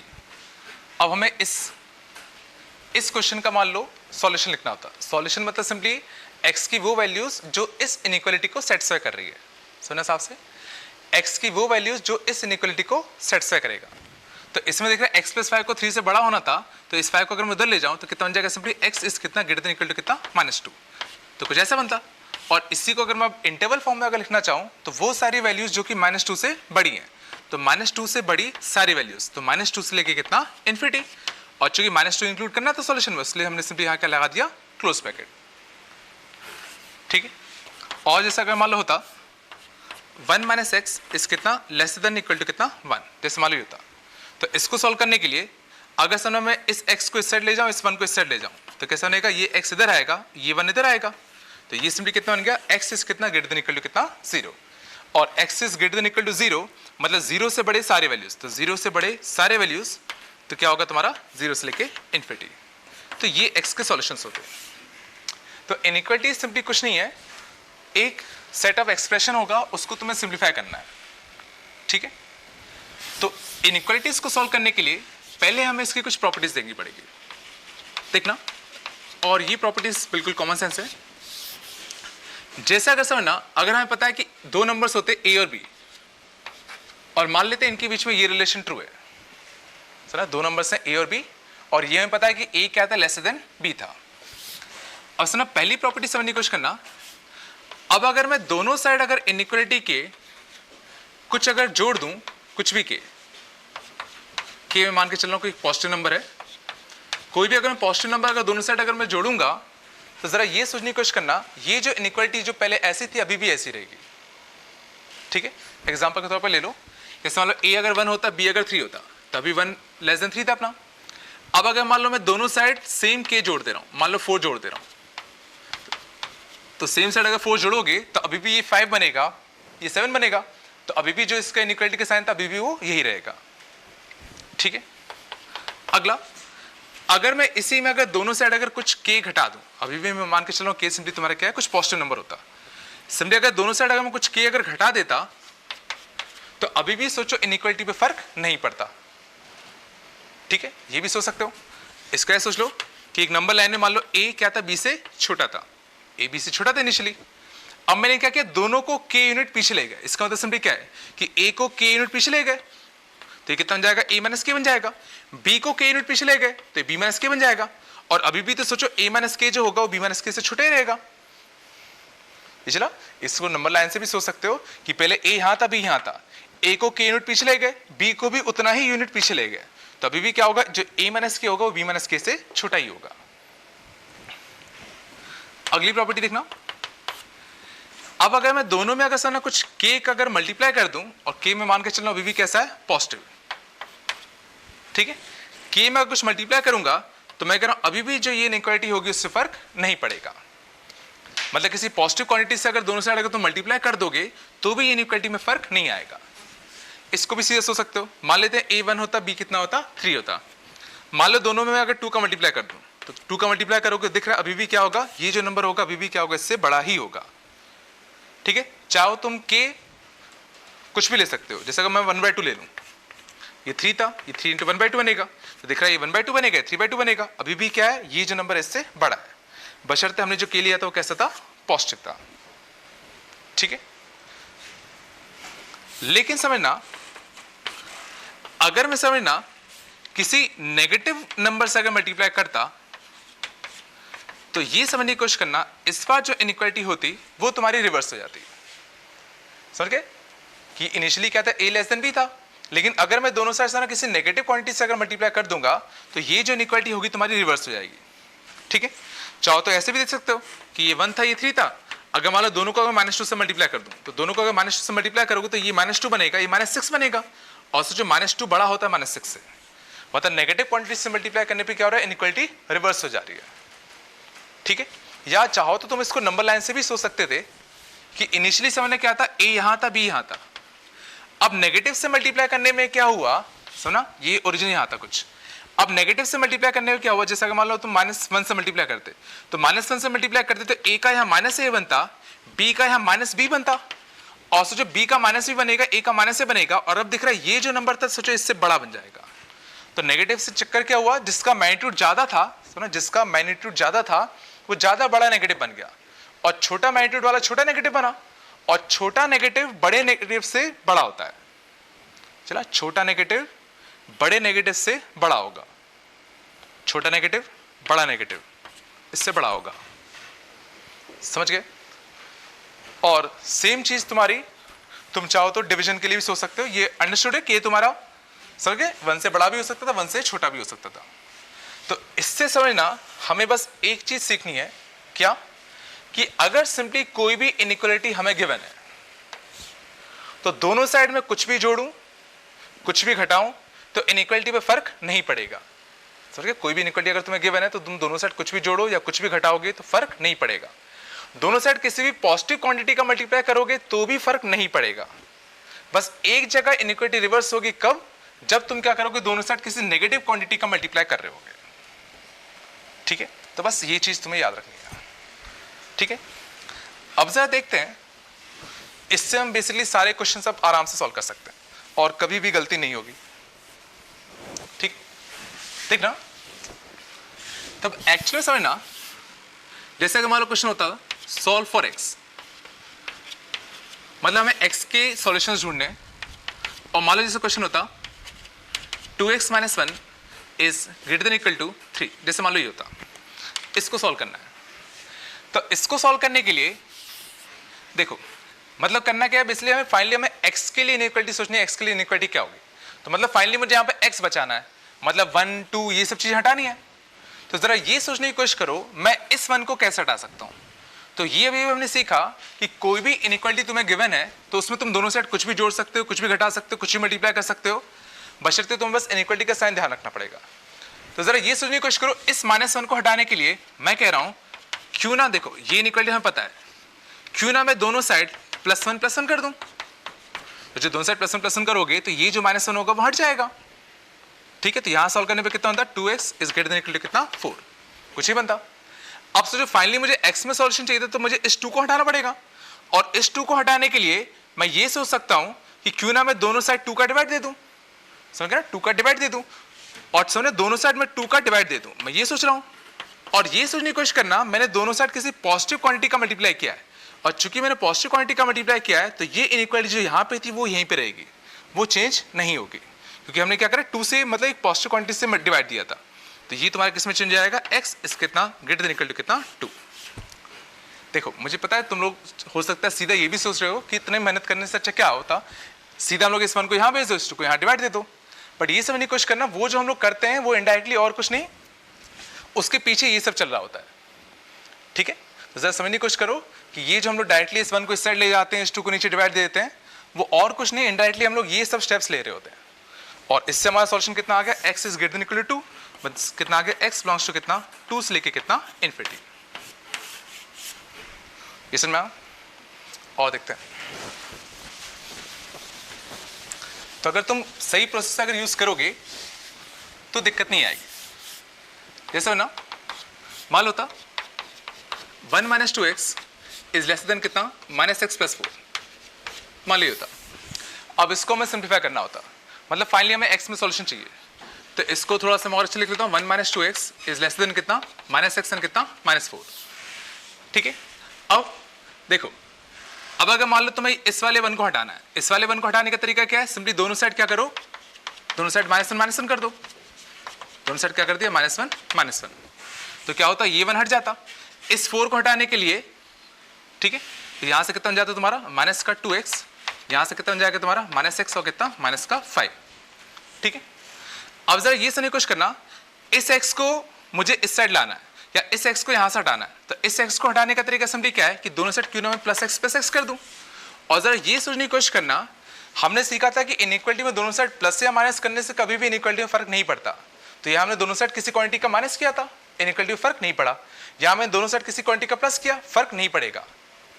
ठीक है, तो यहाँ से कितना बन जाता, माइनस का x less than equal to, तो ये हमने देखा कि डायरेक्टली मतलब जो हमने इनइक्वालिटीज की प्रॉपर्टीज पढ़ी थी उसका यूज करके हम लोग कैसे यहाँ पे x के जो सॉल्यूशन है वो निकाल सकते हैं। ठीक है, लेकिन ऑब्वियसली आता है हर बार हम लोग ऐसा नहीं करेंगे कि भाई यहाँ पे इस 1 को हटाने के लिए दोनों साइड +1 कर रहे हैं, सो ऑन। सॉल्व करने के लिए तो हम लोग डायरेक्टली उसी का यूज करेंगे, डायरेक्टली 1 को यहाँ ले जाएंगे, 2 को यहाँ ले जाएंगे।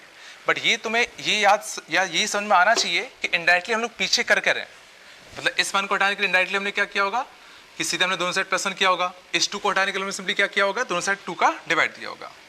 तो सॉल्व करने के लिए हम लोग डायरेक्टली इसको यहाँ भेज देंगे, डायरेक्टली 2 का डिवाइड दे देंगे। ठीक है, ये समझ में आना चाहिए कि पीछे हो क्या रहा है। इस एग्जांपल देखना, जैसे कि मान लो होता 1 - 2x is less than equal to कितना, 5, जैसे मान लो ये होता। अब इसको सॉल्व करने के लिए देखो मैं सीधा क्या कर रहा हूँ, इस वन को डायरेक्टली यहाँ भेज रहा हूँ, तो इस वन को डायरेक्टली यहाँ भेजते तो कितना होता है -2x is less than equal to कितना 4, कुछ ही बनता। लेकिन ये मुझे समझ में आना चाहिए कि इनडायरेक्टली हमने करा क्या होगा कि इस वन को हटाने के लिए दोनों साइड हमने -1 क्या होगा, और चूंकि हमने पढ़ा था कि दोनों साइड कुछ भी प्लस करो या कुछ भी माइनस करो इनइक्वालिटी में कोई चेंज नहीं आता, इसलिए यहाँ पे इनइक्वालिटी वैसी की वैसी ही रही। ठीक है, अब हम डायरेक्टली क्या करेंगे, इस -2 को यहाँ भेज देंगे, तो डायरेक्टली इस -2 को अगर मैं यहाँ भेजता तो कितना बन जाता x और 4 डिवाइडेड बाय -2, तो यहाँ कितना बचता -2 बचता।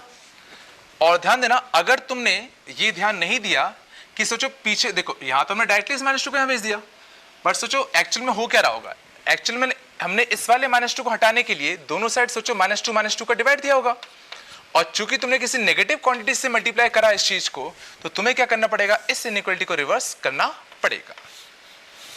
ठीक है, तो करने के लिए डायरेक्टली भेज दो कोई दिक्कत नहीं, लेकिन तुम हर स्टेप में समझ में आना चाहिए कि तुमने इसको डायरेक्टली भेजा कैसे होगा। होप सो समझ में आओ। तो इसका आंसर कितना आता है, x greater than equal to कितना -2, तो इसका आंसर कितना आता है -2 से लेके कितना इन्फिनिटी। ठीक है, और देखते हैं। तो जैसे मान लो था 2 - 3x is less than equal to कितना 1 - 4x, जैसे मान लो ये होता, इसको सॉल्व करना होता। तो इसको सॉल्व करने के लिए मैं सिंपली क्या कर रहा हूँ, इस 4x को यहाँ भेज दे रहा हूँ, इस 4x को अगर मैं यहाँ भेजता तो प्लस का 4x और माइनस का 3x, तो कितना बचता x बचता। तो ये समझ में आना चाहिए कि हमने बेसिकली किया क्या होगा, इस 4x को यहाँ से हटाने के लिए हमने इस साइड और इस साइड दोनों साइड प्लस 4x का मल्टीप्लाई किया होगा। और समझना चूंकि हमने प्लस या माइनस किया है तो सोचना ही नहीं है इनइक्वालिटी कर में, क्योंकि वो तो वैसे भी अनचेंज होनी है प्लस या माइनस करने से दोनों साइड, तो इससे तो फर्क नहीं पड़ेगा। इस 2 को इस साइड भेज दूं, तो इस 2 को इस साइड भेजोगे तो कितना बनेगा -1 बनेगा, और वापस से इस 2 को इस साइड भेजा, मतलब इनडायरेक्टली हमने क्या किया, दोनों साइड -2 का सम कर दिया, और सीधा यहीं से आंसर मिल गया ना। तो आंसर कितना आता, x less than equal to कितना -1। तो इसका आंसर अगर इंटरवल फॉर्म में लिखते तो कुछ कितना आता, ये आ जाता। ठीक है, तो होप सो ये समझ में आ रहा हो। और देखना, तो जैसे कमाल होता 5 - 3x बाय 4, और यहां से कितना था 6 - x बाय 2, मान लो ये होता, इसको सॉल्व करना होता। अब इसको सॉल्व करने के लिए ठीक है मैं क्या कर रहा हूं, इस 4 को यहां भेज दे रहा हूं, इस 4 को यहां भेज दे रहा हूं, इस 2 को यहां भेज दे रहा हूं। तो सुना, इस 4 को यहां भेजते तो कितना बनता 24 माइनस का 4x बनता। अब ये जरा सोचने की कोशिश करो, इनडायरेक्टली हमने पीछे क्या किया होगा, पीछे हमने सिंपली इस 4 को हटाने के लिए क्या किया होता, दोनों साइड सिंपली 4 का मल्टीप्लाई किया होता। ये सोच पा रहे हो कि इस 4 को हटाने के लिए हमने सिंपली क्या, दोनों साइड 4 का मल्टीप्लाई किया होता, और चूंकि 4 एक पॉजिटिव क्वांटिटी थी इसलिए तुम्हारी इनइक्वालिटी में चेंज नहीं आया। ठीक है, और इस 2 को यहां भेज दो, और इस 2 को यहां भेजते तो कितना बन जाता 10 माइनस से कितना 6x, कुछ ही बन जाता अपना। और वापस से इस 2 को यहां भेजा, मतलब हमने सिंपली क्या, दोनों साइड +2 का मल्टीप्लाई किया, इससे इनइक्वालिटी चेंज नहीं हुई। वापस से इस -4x को यहां भेज दो, तो इस -4x को यहां भेजते तो -6x और +4x कितना बन जाता, -का 2x बनता। और इस 10 को यहां भेज दो तो यहां से कितना बन जाता 14 बन जाता। और समझना वापस से हमने सुना यहां से इस साइड भेजा, मतलब कुछ प्लस या माइनस किया है, तो फर्क नहीं पड़ता इनइक्वालिटी पे। और अब क्या करो, इस -2 को यहां भेज दो, इस -2 को यहां भेजते तो कितना बन जाता है -1 बनता। लेकिन ध्यान देना इस बार हमने इस -2 को हटाने के लिए इनडायरेक्टली क्या किया, दोनों साइड -2 का डिवाइड दिया होगा, और चूंकि नेगेटिव का डिवाइड दिया है इसलिए इनइक्वालिटी तुम्हें रिवर्स करनी पड़ेगी। ठीक है, तो बस तुम्हें एक ही बार ध्यान रखना है कि जब तुम नेगेटिव क्वांटिटीज को इनइक्वालिटी के इस साइड या इस साइड भेजते हो बस तभी दिक्कत आती है, बाकी कभी दिक्कत नहीं आएगी। तो कभी भी अगर नेगेटिव क्वांटिटीज को इनइक्वालिटी के उस साइड भेज रहे हो तो बस ध्यान रखो, बाकी इतना ध्यान रखने की जरूरत नहीं पड़ेगी। ठीक है, होप सो इसमें आगे हो गया।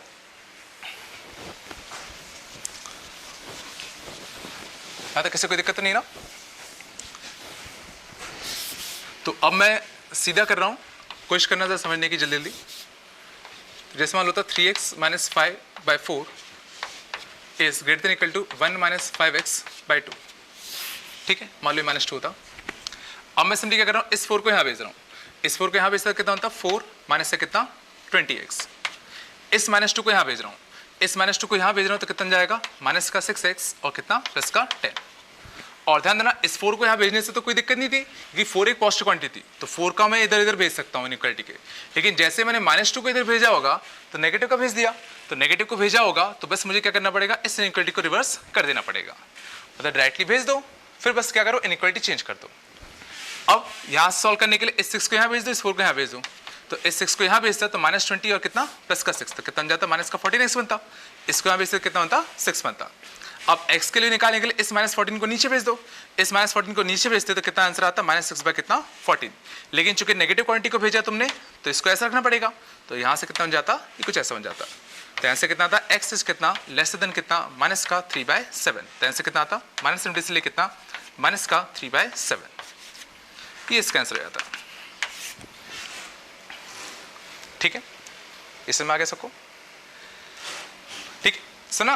देखो अब जैसे मैंने इस वाले स्टेप में क्या किया था, मैंने इस -6x को यहाँ भेजा। ज़्यादा अच्छा होता है इस 20 को यहाँ भेज दो, क्योंकि इस 20 को अगर तुम यहाँ भेजते तो डायरेक्टली क्या होता है पहले से पॉजिटिव में बन जाता, तो यहाँ कितना बन जाता 14x बनता। इसको यहाँ भेज दो तो ये तुम्हारे कितना बन जाता -6 बन जाता। तो फायदा क्या हुआ, यहाँ पर x के साथ 14 था प्लस का। अब इस 14 को नीचे अगर भेजोगे तो इनइक्वालिटी में वैसे भी कोई चेंज नहीं आना। लेकिन समझना, चाहे तुम वैसे करो या ऐसे करो, आंसर तुम्हारा दोनों ही केस में तुम्हारे कैसा आएगा सेम आएगा। सॉरी -3/7 आएगा ना। ठीक, तो वो तुम्हारे ऊपर है कि तुम क्या सोचने की कोशिश कर रहे हो। ठीक है, और देखना इसमें मान लो अगर ऐसा होता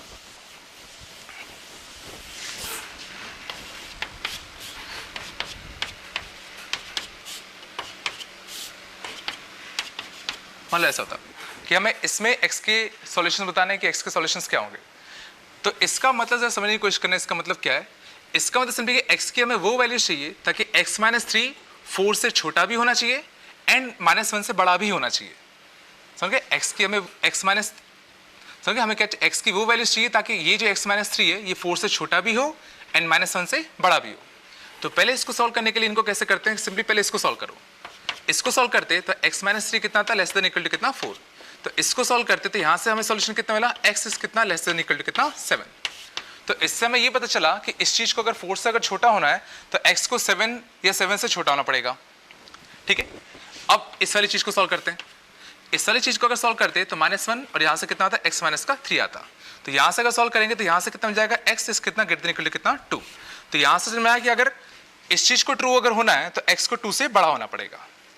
अब जरा ये समझने की कोशिश करना, हमें x की वो वैल्यू चाहिए थी जिसमें ये चीज भी ट्रू हो और ये चीज भी ट्रू हो, और इसने कहा कि भाई ये चीज कब ट्रू होगी जब x क्या हो जाए 7 से छोटा हो जाए। 7 से छोटा मतलब इसके हिसाब से x क्या होना चाहिए था -50 से लेके कितना 7 ये होना चाहिए था। और इस चीज को ट्रू होने के लिए x को क्या होना पड़ता 2 से बड़ा होना पड़ता, तो इसके हिसाब से x को क्या होना पड़ता 2 से लेके इन्फिनिटी। और अब हमें वो x चाहिए थे या x की वो वैल्यू चाहिए थी जिसमें ये चीज और ये चीज दोनों एक साथ ट्रू हो जाए, और दोनों एक साथ ट्रू हो जाए मतलब इनडायरेक्टली मुझे क्या चाहिए इन दोनों सेट्स का इंटरसेक्शन, या x की वो वैल्यूज जिसके लिए ये भी ट्रू हो रहा हो ये भी ट्रू हो रहा हो, और इन दोनों का इंटरसेक्शन लेते। तो इन दोनों का इंटरसेक्शन सोना वापस से डायरेक्ट सोचने की कोशिश करो। -70 से लेकर अगर 7 की साइड अगर मूव करते तो पहली बार कॉमन पार्ट कहाँ मिलता 2 पे, और सोच चलते चलते चलते चलते 7 तक सोचो कॉमन पार्ट मिलता, उसके बाद सोचो ये आगे जाता नहीं तो कॉमन पार्ट मिलना बंद हो जाता। तो 2 से लेकर 7 आंसर आना चाहिए था, और 2 दिख रहा था यहाँ भी था यहाँ भी था तो 2 पे क्लोज, 7 यहाँ भी था यहाँ भी था 7 पे क्लोज। मतलब x की ये वो वैल्यूज थी जिसके लिए समझना ये इससे छोटा भी था एंड ये इससे बड़ा भी था। आया कुछ समझ में? इसको फील करने की कोशिश करो। ये क्या था, हमें x की वो वैल्यू चाहिए थी जिसके लिए ये चीज इससे छोटी भी हो और ये चीज इससे बड़ी भी हो। तो इसको इससे छोटा होने के लिए x को ये होना पड़ता, इसको इससे बड़ा होने के लिए x को ये होना पड़ता, और दोनों चीजें होने के लिए हमें सोचो दोनों के कॉमन हिस्से चाहिए होंगे। तो कॉमन हिस्से चाहिए तो इनका जो कॉमन हिस्सा था वो कुछ ये मिल जाता अपना। पिछला, क्योंकि मान लो अगर तुमने कहा कि तुम्हारे सॉल्यूशन में 8 भी आना चाहिए था, तो देखो अगर तुम सॉल्यूशन में अगर 8 ले लेते तो बिल्कुल सही कि जो x -3 होता कंफर्म -1 से बड़ा होता। सोचो x बिलोंग्स टू, अगर तुमने कहा कि 8 भी सॉल्यूशन में आना चाहिए था तो 8 बिल्कुल सही। सोचो अगर x के लिए अगर 8 लेते तो बिल्कुल सोचो ये वाली इनइक्वालिटी तो बिल्कुल ट्रू होती, लेकिन सोचो x अगर 8 ले लेते तो 8 - 3 5 5 लेस देन इक्वल टू 4 ये गलत हो जाता। ठीक है, इसलिए हमने सिंपली क्या किया दोनों का क्या ले लिया इंटरसेक्शन ले लिया। आया समझ में आया कुछ? एक और देखते हैं सर। ठीक, जैसे वाला होता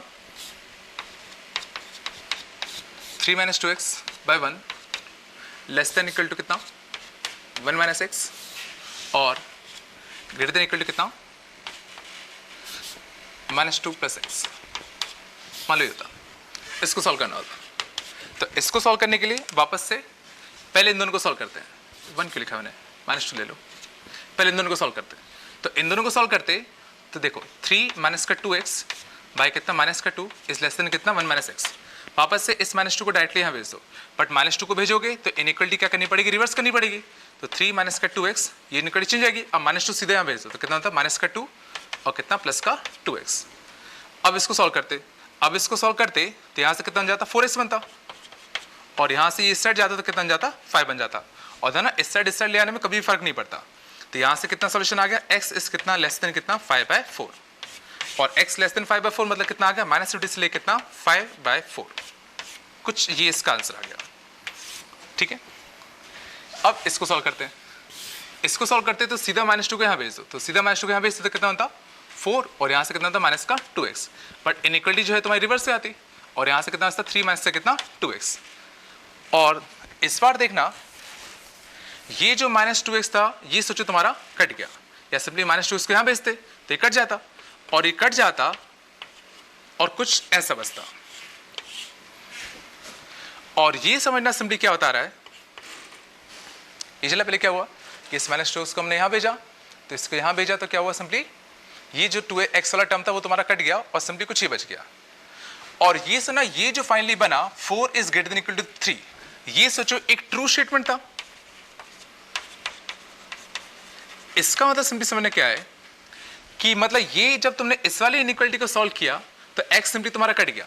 मतलब x तुम इस केस में कुछ भी रखते रहो, सोचो इस केस में तुम अगर 1 रखते, 2 रखते, 3 रखते, -5, -7, -12 कुछ भी रखते, हमेशा ये x कट जाता, और हमेशा सोचो ये जो स्टेटमेंट निकलता ये फाइनली एक ट्रू स्टेटमेंट निकलता। और ये सिंपली ये बता रहा है कि तुम x कुछ भी रखते रहो, ये जो इनइक्वालिटी है ये हमेशा ट्रू है। समझला कि कभी अगर ऐसा हो कि सॉल्व करते टाइम तुम्हारा x अगर कट जाए और फाइनली जो तुम्हारा स्टेटमेंट बन रहा है वो अगर एक ट्रू स्टेटमेंट बन गया, तो इसका मतलब सिंपली क्या है कि तुम x इसमें कुछ भी रखते रहो, ये जो इनइक्वालिटी होगी हमेशा ट्रू निकल के आएगी। मतलब x की हर वैल्यू इस इनइक्वालिटी को सेटिस्फाई कर रहा होगा। मतलब इस वाले पार्ट का जो सॉल्यूशन आएगा वो तुम्हारा एक्शन में कितना आएगा, x belongs to all real numbers. x की तुम कोई भी रियल नंबर वैल्यू लोगे वो हमेशा क्या होगा, इस इनइक्वालिटी को सेटिस्फाई कर रहा होगा। कुछ चला मैंने क्या कहा, समझ में आ रहा है मैंने क्या कहा। मतलब कभी भी अगर तुम्हारा x वाला टर्म अगर कट जाए और फाइनली अगर स्टेटमेंट अगर ट्रू बन जाए, इसका मतलब सिंपली क्या है कि x तुम कुछ भी रखते रहोगे ये हमेशा इस इनइक्वालिटी, ये जो इनइक्वालिटी हमेशा क्या है, ट्रू है। मतलब x के हर रियल नंबर इस इनइक्वालिटी का सॉल्यूशन होगा। लेकिन हमें फाइनली चाहिए इसका सॉल्यूशन था। अब इसका सॉल्यूशन मतलब क्या, ये इससे छोटा भी होना चाहिए था, ये इससे बड़ा भी होना चाहिए था, और जब हमने इसको सॉल्व किया तो ये तो हमेशा आ गया। मतलब क्या है, ये जो चीजें ये तो कंफर्म है ये हमेशा इससे बड़ा है हर x के लिए, बट इसको इससे छोटा भी होना पड़ता। और इसका सॉल्यूशन हमने देखा, इसका सॉल्यूशन क्या है, ये आया, और दोनों चीजें एक साथ होनी चाहिए। मतलब बेसिकली हमें क्या करना, इसका सॉल्यूशन और इसका सॉल्यूशन का इंटरसेक्शन लेना था। और इन दोनों सॉल्यूशन का सोचो अगर इंटरसेक्शन लोगे तो सोचो ऑल रियल नंबर मतलब इनडायरेक्टली क्या, -∞ से इन्फिनिटी अपना ये, तो -∞ से इन्फिनिटी का इंटरसेक्शन अगर तुम -∞ से लेके 5/4 का लोगे तो सोचो ये पूरा का पूरा इसके अंदर आ रहा है, तो जो पूरा का पूरा जो कॉमन पार्ट होगा दोनों में वो और कुछ नहीं ये वाला पार्ट हो जाएगा। तो जो दोनों का कॉमन हिस्सा आएगा वो और कुछ नहीं, सीधा का सीधा यही आ जाएगा। ठीक है, तो यही तुम्हारा इस केस का आंसर होता। ठीक है, तो इसमें हमने एक और नई चीज सीखी, कुछ ऐसा। समझ में आया कुछ? ठीक है, और सर ना कई बार इन्हीं को देने का एक और तरीका होता है। ठीक है, कई बार इसको ऐसे भी दे देते हैं, कई बार इसको कॉमा सेपरेटेड फॉर्म में भी दे देते हैं। मतलब इसी को देने का एक और तरीका होता, -2 + x is less than equal to कितना 3 - 2x / -2। ठीक है, और कॉमा लगा के कह देते एंड 3 - 2x / -2 इस कितना लेस देन कितना 1 - x। मतलब इनडायरेक्टली वही मतलब है, मतलब कॉमा लगा के दे दो या डायरेक्टली तीनों में आपस में रिलेशन दे दो, एक ही चीज है। ठीक है, चलो, तो ये हमने देखा सिंपल लीनियर इनइक्वालिटीज को कैसे सॉल्व करना है। तो बस तुम्हें एक ही चीज ध्यान रखनी है कि कभी भी तुम इनइक्वालिटी के इस साइड या इस साइड कभी भी अगर नेगेटिव क्वांटिटी को अगर भेज रहे हो तो सिंपली क्या करना, बस इनइक्वालिटी को चेंज कर लेना। ठीक है, बाकी सब बड़ा सिंपल है। ठीक है, अब जरा कुछ क्वेश्चंस और देखते हैं, बड़े सिंपल से बट करने में बड़े डिफिकल्ट लगते हैं। जैसे समझना, मान लो पहला होता 1/x-5 is less than equal to 0, solve for x, मतलब हमें x की वो वैल्यूज बतानी थी जिसके लिए ये चीज ट्रू हो, ठीक है।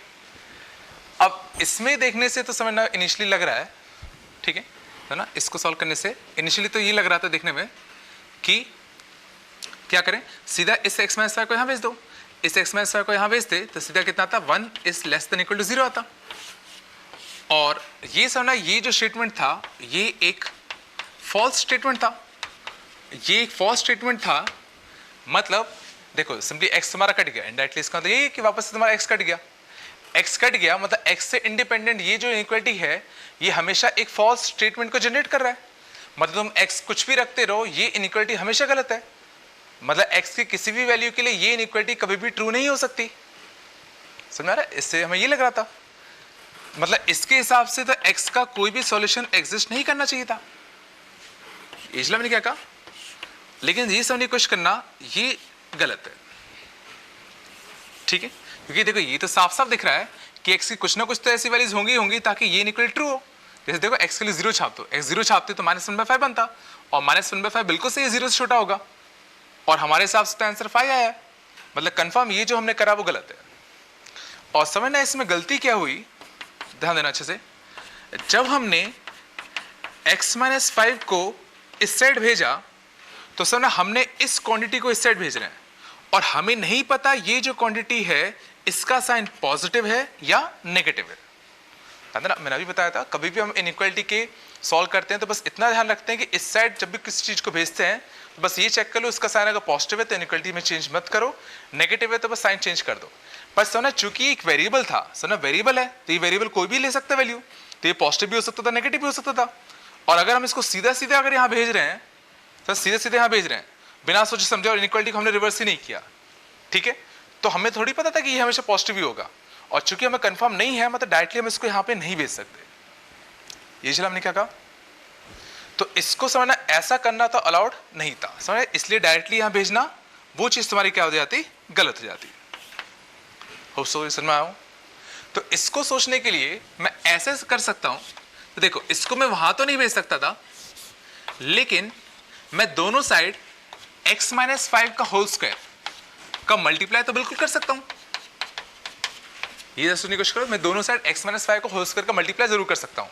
ये बात अभी भी सही है कि x-5 का होल स्क्वायर भी क्या एक वेरिएबल है, ये भी एक वेरिएबल है, ये भी एक वेरिएबल है, लेकिन चूंकि मैंने स्क्वायर की क्वांटिटी का दोनों साइड मल्टीप्लाई किया है तो ये कंफर्म होगा कि ये जो भी होगा हमेशा पॉजिटिव होगा। सर इनिशियली x-5 को खाली यहां भेजना गलत था क्योंकि x-5 का साइन प्लस भी हो सकता था माइनस भी हो सकता था, पर चूंकि यहां मैंने x-5 का होल स्क्वायर का मल्टीप्लाई किया दोनों साइड तो ये कंफर्म तो पॉजिटिव था। तो इस केस में अगर दोनों का मल्टीप्लाई अगर मैं ऐसा करूंगा तो इनइक्वालिटी में कोई चेंज नहीं आएगा, और अगर इनइक्वालिटी में कोई चेंज नहीं आया तो देखो यहाँ तो तुम्हारा 0 से मल्टीप्लाई होने का 0 बचेगा, यहाँ से x-5 का होल स्क्वायर अपॉन x-5 तो यहाँ से कितना हो जाएगा, एक x-5 बच जाएगा, और अब इसको अगर सॉल्व करोगे तो ऐसे कितना आएगा, x is less than equal to कितना 5, तो ऐसे तुम्हारा कितना आएगा, x बिलोंग्स टू कितना -70 तो कितना 5। ये समझ में सबको। और समझना वैसे भी ये बिल्कुल कॉमन सेंस था, ये कॉमन सेंस इसलिए था क्योंकि समझना हमें बेसिकली क्या करना है, इस चीज को लेस देन 0 रखना है, मतलब बेसिकली में इस चीज को नेगेटिव रखना है। और सोचो ये जो चीज है बेसिकली किससे मिलकर बनी है, इस चीज से मिलकर इस चीज से मिलकर बनी है, और इस चीज को अगर नेगेटिव होना है ऊपर पॉजिटिव है तो सोचो नीचे इसको नेगेटिव होना पड़ेगा तभी ये क्वांटिटी नेगेटिव होगी।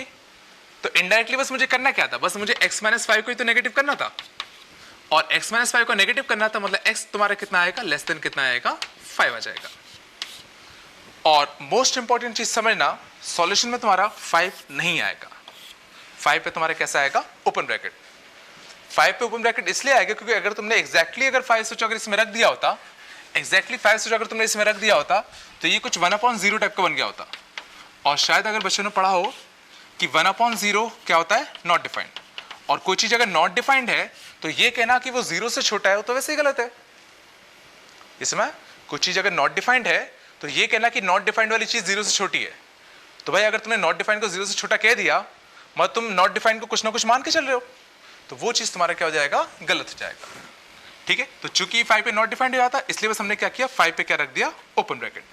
हाँ ध्यान देना इससे सॉल्व करने में बिल्कुल सही तुम्हारा 5 सॉल्यूशन में आ रहा था, लेकिन जो एक्चुअल क्वेश्चन था तुम्हारा उसके हिसाब से हम लोग देखेंगे, और उसके हिसाब से ना 5 रखना तुम्हारा अलाउड नहीं था, इसलिए सिंपली क्या आएगा तुम्हारा 5 पे क्या आ जाएगा, ओपन ब्रैकेट आएगा। ठीक है, ये समझ में आ गया सबको। तो इन क्वेश्चन को करने के लिए हम लोग ये अप्रोच कर सकते हैं, और ना ज्यादा अच्छा अप्रोच कौन सा वाला होता, ये वाला होता। ठीक है, ये समझ गए। ऐसे समय एक और देखना, ये और अच्छा होगा। अगर मान लो हमें ये सॉल्व करना होता x-1, ठीक, x-1 अपॉन x इस कितना ग्रेटर देन इक्वल टू कितना 0। अब इसको सॉल्व करना होता। अब इसको सॉल्व करने के लिए देखो वापस से मैं ये बिल्कुल नहीं कर सकता कि मैं इस x को यहां भेज दूं, इस x को यहां भेज देते तो कितना आता, x-1 greater than equal to 0 बनता, तो ऐसे कितना आता, x greater than equal to 1 आया था। ध्यान देना ये गलत है, ये इसलिए गलत है क्योंकि वापस हमने किसी वेरिएबल को सेट भेज दिया, और ये जो वेरिएबल है प्लस या माइनस कुछ भी हो सकता था, मतलब ये करना तुम्हारा गलत था। हाँ, अगर ये स्क्वायर टाइप का होता तो बिल्कुल से इसको यहाँ भेज सकते थे, बट ये अभी तो स्क्वायर है नहीं, मतलब कंफर्म हो सकता था, हम मैक्सिमम चांसेस थे कि यहाँ गड़बड़ हो गई होगा। ठीक है, तो इसको ये तो करना गलत था।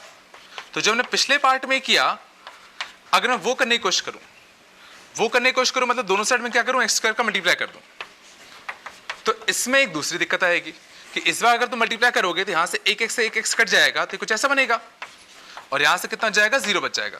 बट अब सर ना ये लीनियर इनइक्वालिटी नहीं बची, और हमें तो खाली लीनियर इनइक्वालिटी सॉल्व करना आता था।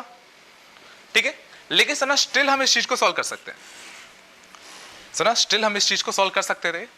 कैसे देखना, पहले तो जरा ये समझने की कोशिश करना, अगर दो नंबर्स हैं ए और बी, इनका प्रोडक्ट अगर सोचो पॉजिटिव होगा, तो मैं कह रहा हूं ऐसा होने के लिए केसेस ये हो सकते हैं, तो या तो ए भी पॉजिटिव हो जाए, बी भी पॉजिटिव हो जाए, या ए भी नेगेटिव हो जाए, बी भी नेगेटिव हो जाए। ये सोचने की कोशिश करो कि अगर दो नंबर्स का प्रोडक्ट अगर पॉजिटिव है, तो ये दो चीजें हो सकती थी, या तो दोनों पॉजिटिव हो जाए या दोनों नेगेटिव हो जाए। ठीक है, और ऐसे अगर ए और बी का प्रोडक्ट अगर नेगेटिव होना है, तो मैं कह रहा हूं दो केसेस इसमें भी होते, या तो ये प्लस का हो जाए, ये माइनस का हो जाए, या ये माइनस का हो जाए, ये प्लस का हो जाए।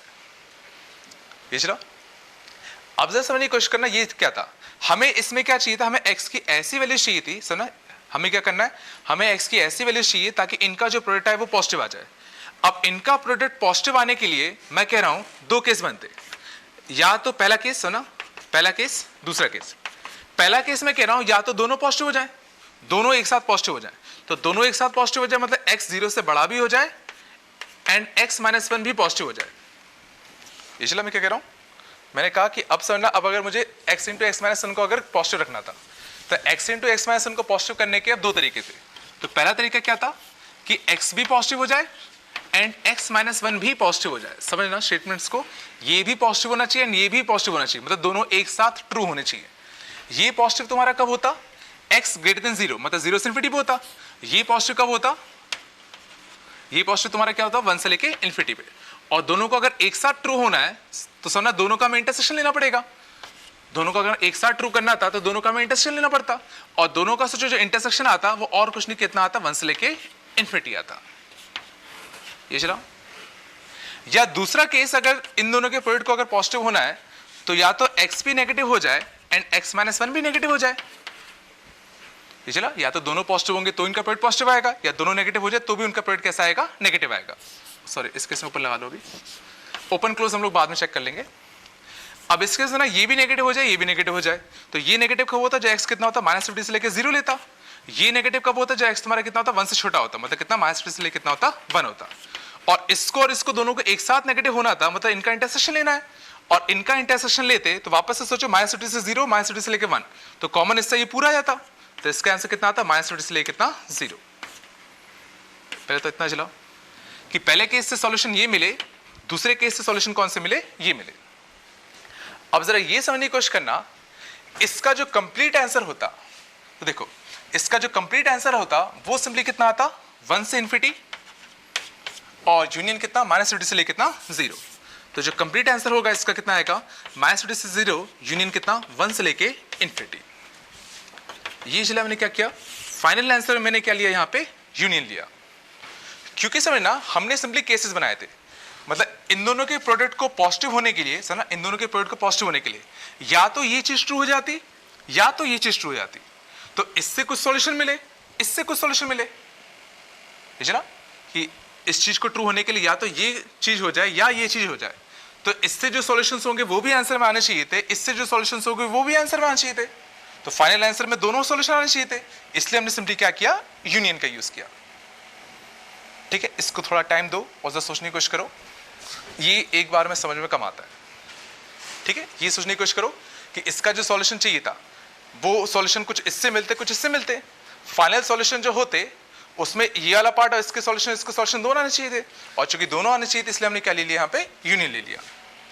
या एक चीज हमेशा याद कर लो कि कभी भी किसी क्वेश्चन को सॉल्व करने के लिए, कभी भी किसी क्वेश्चन को सॉल्व करने के लिए अगर तुमने केसेस बनाए, केस 1 एंड केस 2, तो हमेशा जो उसका फाइनल सॉल्यूशन होगा, फाइनल सॉल्यूशन जो होता है is always union of cases. ये चीज बस रट लो कि कभी भी अगर तुम किसी भी क्वेश्चन को सॉल्व करने के लिए अगर कभी भी अगर केसेस बनाते हो तो फाइनल सॉल्यूशन जो होता है हमेशा क्या होता है, हर केस का जो इंडिविजुअल सॉल्यूशन आया है सबका यूनियन होता है।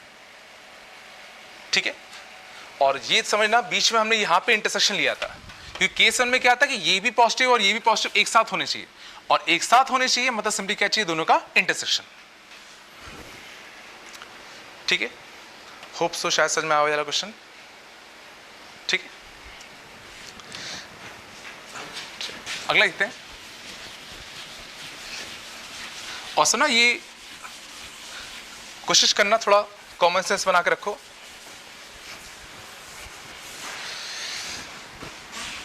अगला लिखना, अगला भी काफी अच्छा।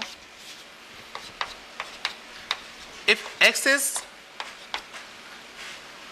इतना एंड y इज कुछ ही, देन फाइंड रेंज ऑफ, पहला x plus y, second x minus y. मान लिया था कि अगर हमें x की रेंज पता है, y की रेंज पता है, तो हमें x प्लस वाई और x माइनस वाई की रेंज निकालनी है। ठीक है, तो बहुत ही सिंपल से समझना, जरा समझने की कोशिश करना। देखो x तुम्हारा क्या था, 1 से लेके 3, y तुम्हारा क्या था, -2 से लेके 1। अब जरा समझना, हमें x प्लस वाई की रेंज चाहिए, तो जरा ये सोचने की कोशिश करना यहां पे क्या हो रहा है, इन दोनों वेरिएबल्स का सम हो रहा है, सम हो रहा है। तो समझना, मैं कह रहा हूं इन दोनों का जो सम है वो मैक्सिमम तब होगा जब ये भी मैक्सिमम होगा, ये भी मैक्सिमम होगा। बच्चों, दो चीजों को जोड़ने पे उसको सबसे बड़ा करना है, तो ये इंडिविजुअली सबसे बड़ा हो जाए, ये इंडिविजुअली सबसे बड़ा हो जाए। तो समझना, इन दोनों का जो सम है वो मैक्सिमम करने के लिए इसको भी मैक्सिमम रख लो, इसको भी मैक्सिमम रख लो, और इसका मैक्सिमम कितना आएगा 3, इसका मैक्सिमम कितना आएगा 1, तो दोनों का जो सम का जो मैक्सिमम आएगा वो 3 + 1 कितना आएगा 4। ये चलो, और सोचो अगर मुझे इनका सम अगर मिनिमम रखना है, तो दो चीजों का सम अगर मिनिमम करना है तो क्यों ना इसको भी मिनिमम कर दूं, इसको भी मिनिमम कर दूं, और इसका मिनिमम कितना आएगा 1, इसका मिनिमम कितना आएगा -2, तो दोनों के मिनिमम का जो सम करते वो कितना आता -1। तो सीधा x प्लस वाई की जो रेंज आएगी वो कितनी आती, -1 से लेके कितना 4। ऑटोमेटिकली बाकी सब अपने आप एडजस्ट हो रहा होगा। ये कुछ झिला क्या किया हमने कि अगर x प्लस वाई को मैक्सिमाइज करना था तो दोनों के मैक्सिमम ले लिए, x प्लस वाई को मिनिमाइज करना था तो ये भी मिनिमम कर दो, ये भी मिनिमम कर दो। अच्छा तो समझना तब होता जब हम x माइनस वाई के बारे में बात करते हैं। ठीक है, अब जरा ध्यान देना अच्छे से। अब x माइनस वाई को मुझे मैक्सिमम करना है, जरा अब जरा खुद से सोचने की कोशिश करो, x माइनस वाई को अगर तुम्हें मैक्सिमाइज करना है तो क्या करते हैं। तो मैं कह रहा हूं इसको मैक्सिमाइज करने के सोचो, ये तो देखो चीजों को बढ़ाना चाहता है, y अगर बढ़ाओगे तो सोचो वो इस क्वांटिटी को उल्टा कम कर देगा। इसलिए x को अगर बढ़ाओगे तो ये क्वांटिटी बढ़ेगी पूरी, बट y को अगर बढ़ाओगे इंडिविजुअली तो सोचो ये पूरी क्वांटिटी कम होने लगेगी। तो मैं कह रहा हूं इस बार x माइनस वाई को मैक्सिमाइज करने के लिए x को सोचो मैक्सिमम होना पड़ेगा और y को सोचो मिनिमम होना पड़ेगा।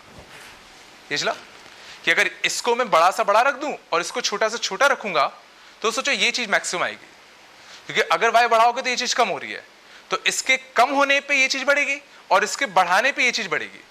तो इसका मैक्सिमम और इसका मिनिमम, तो इसका मैक्सिमम कितना था 3 और इसका मिनिमम कितना था -2, तो इसका जो मैक्सिमम वैल्यू आएगी वो तुम्हारी कितनी आएगी 5।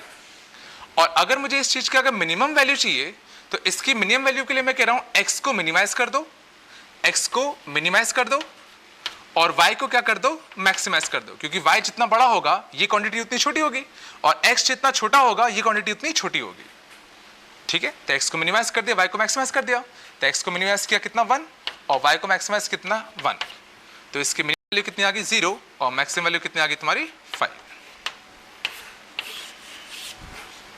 ठीक है, होप सो इसमें आ गया होगा।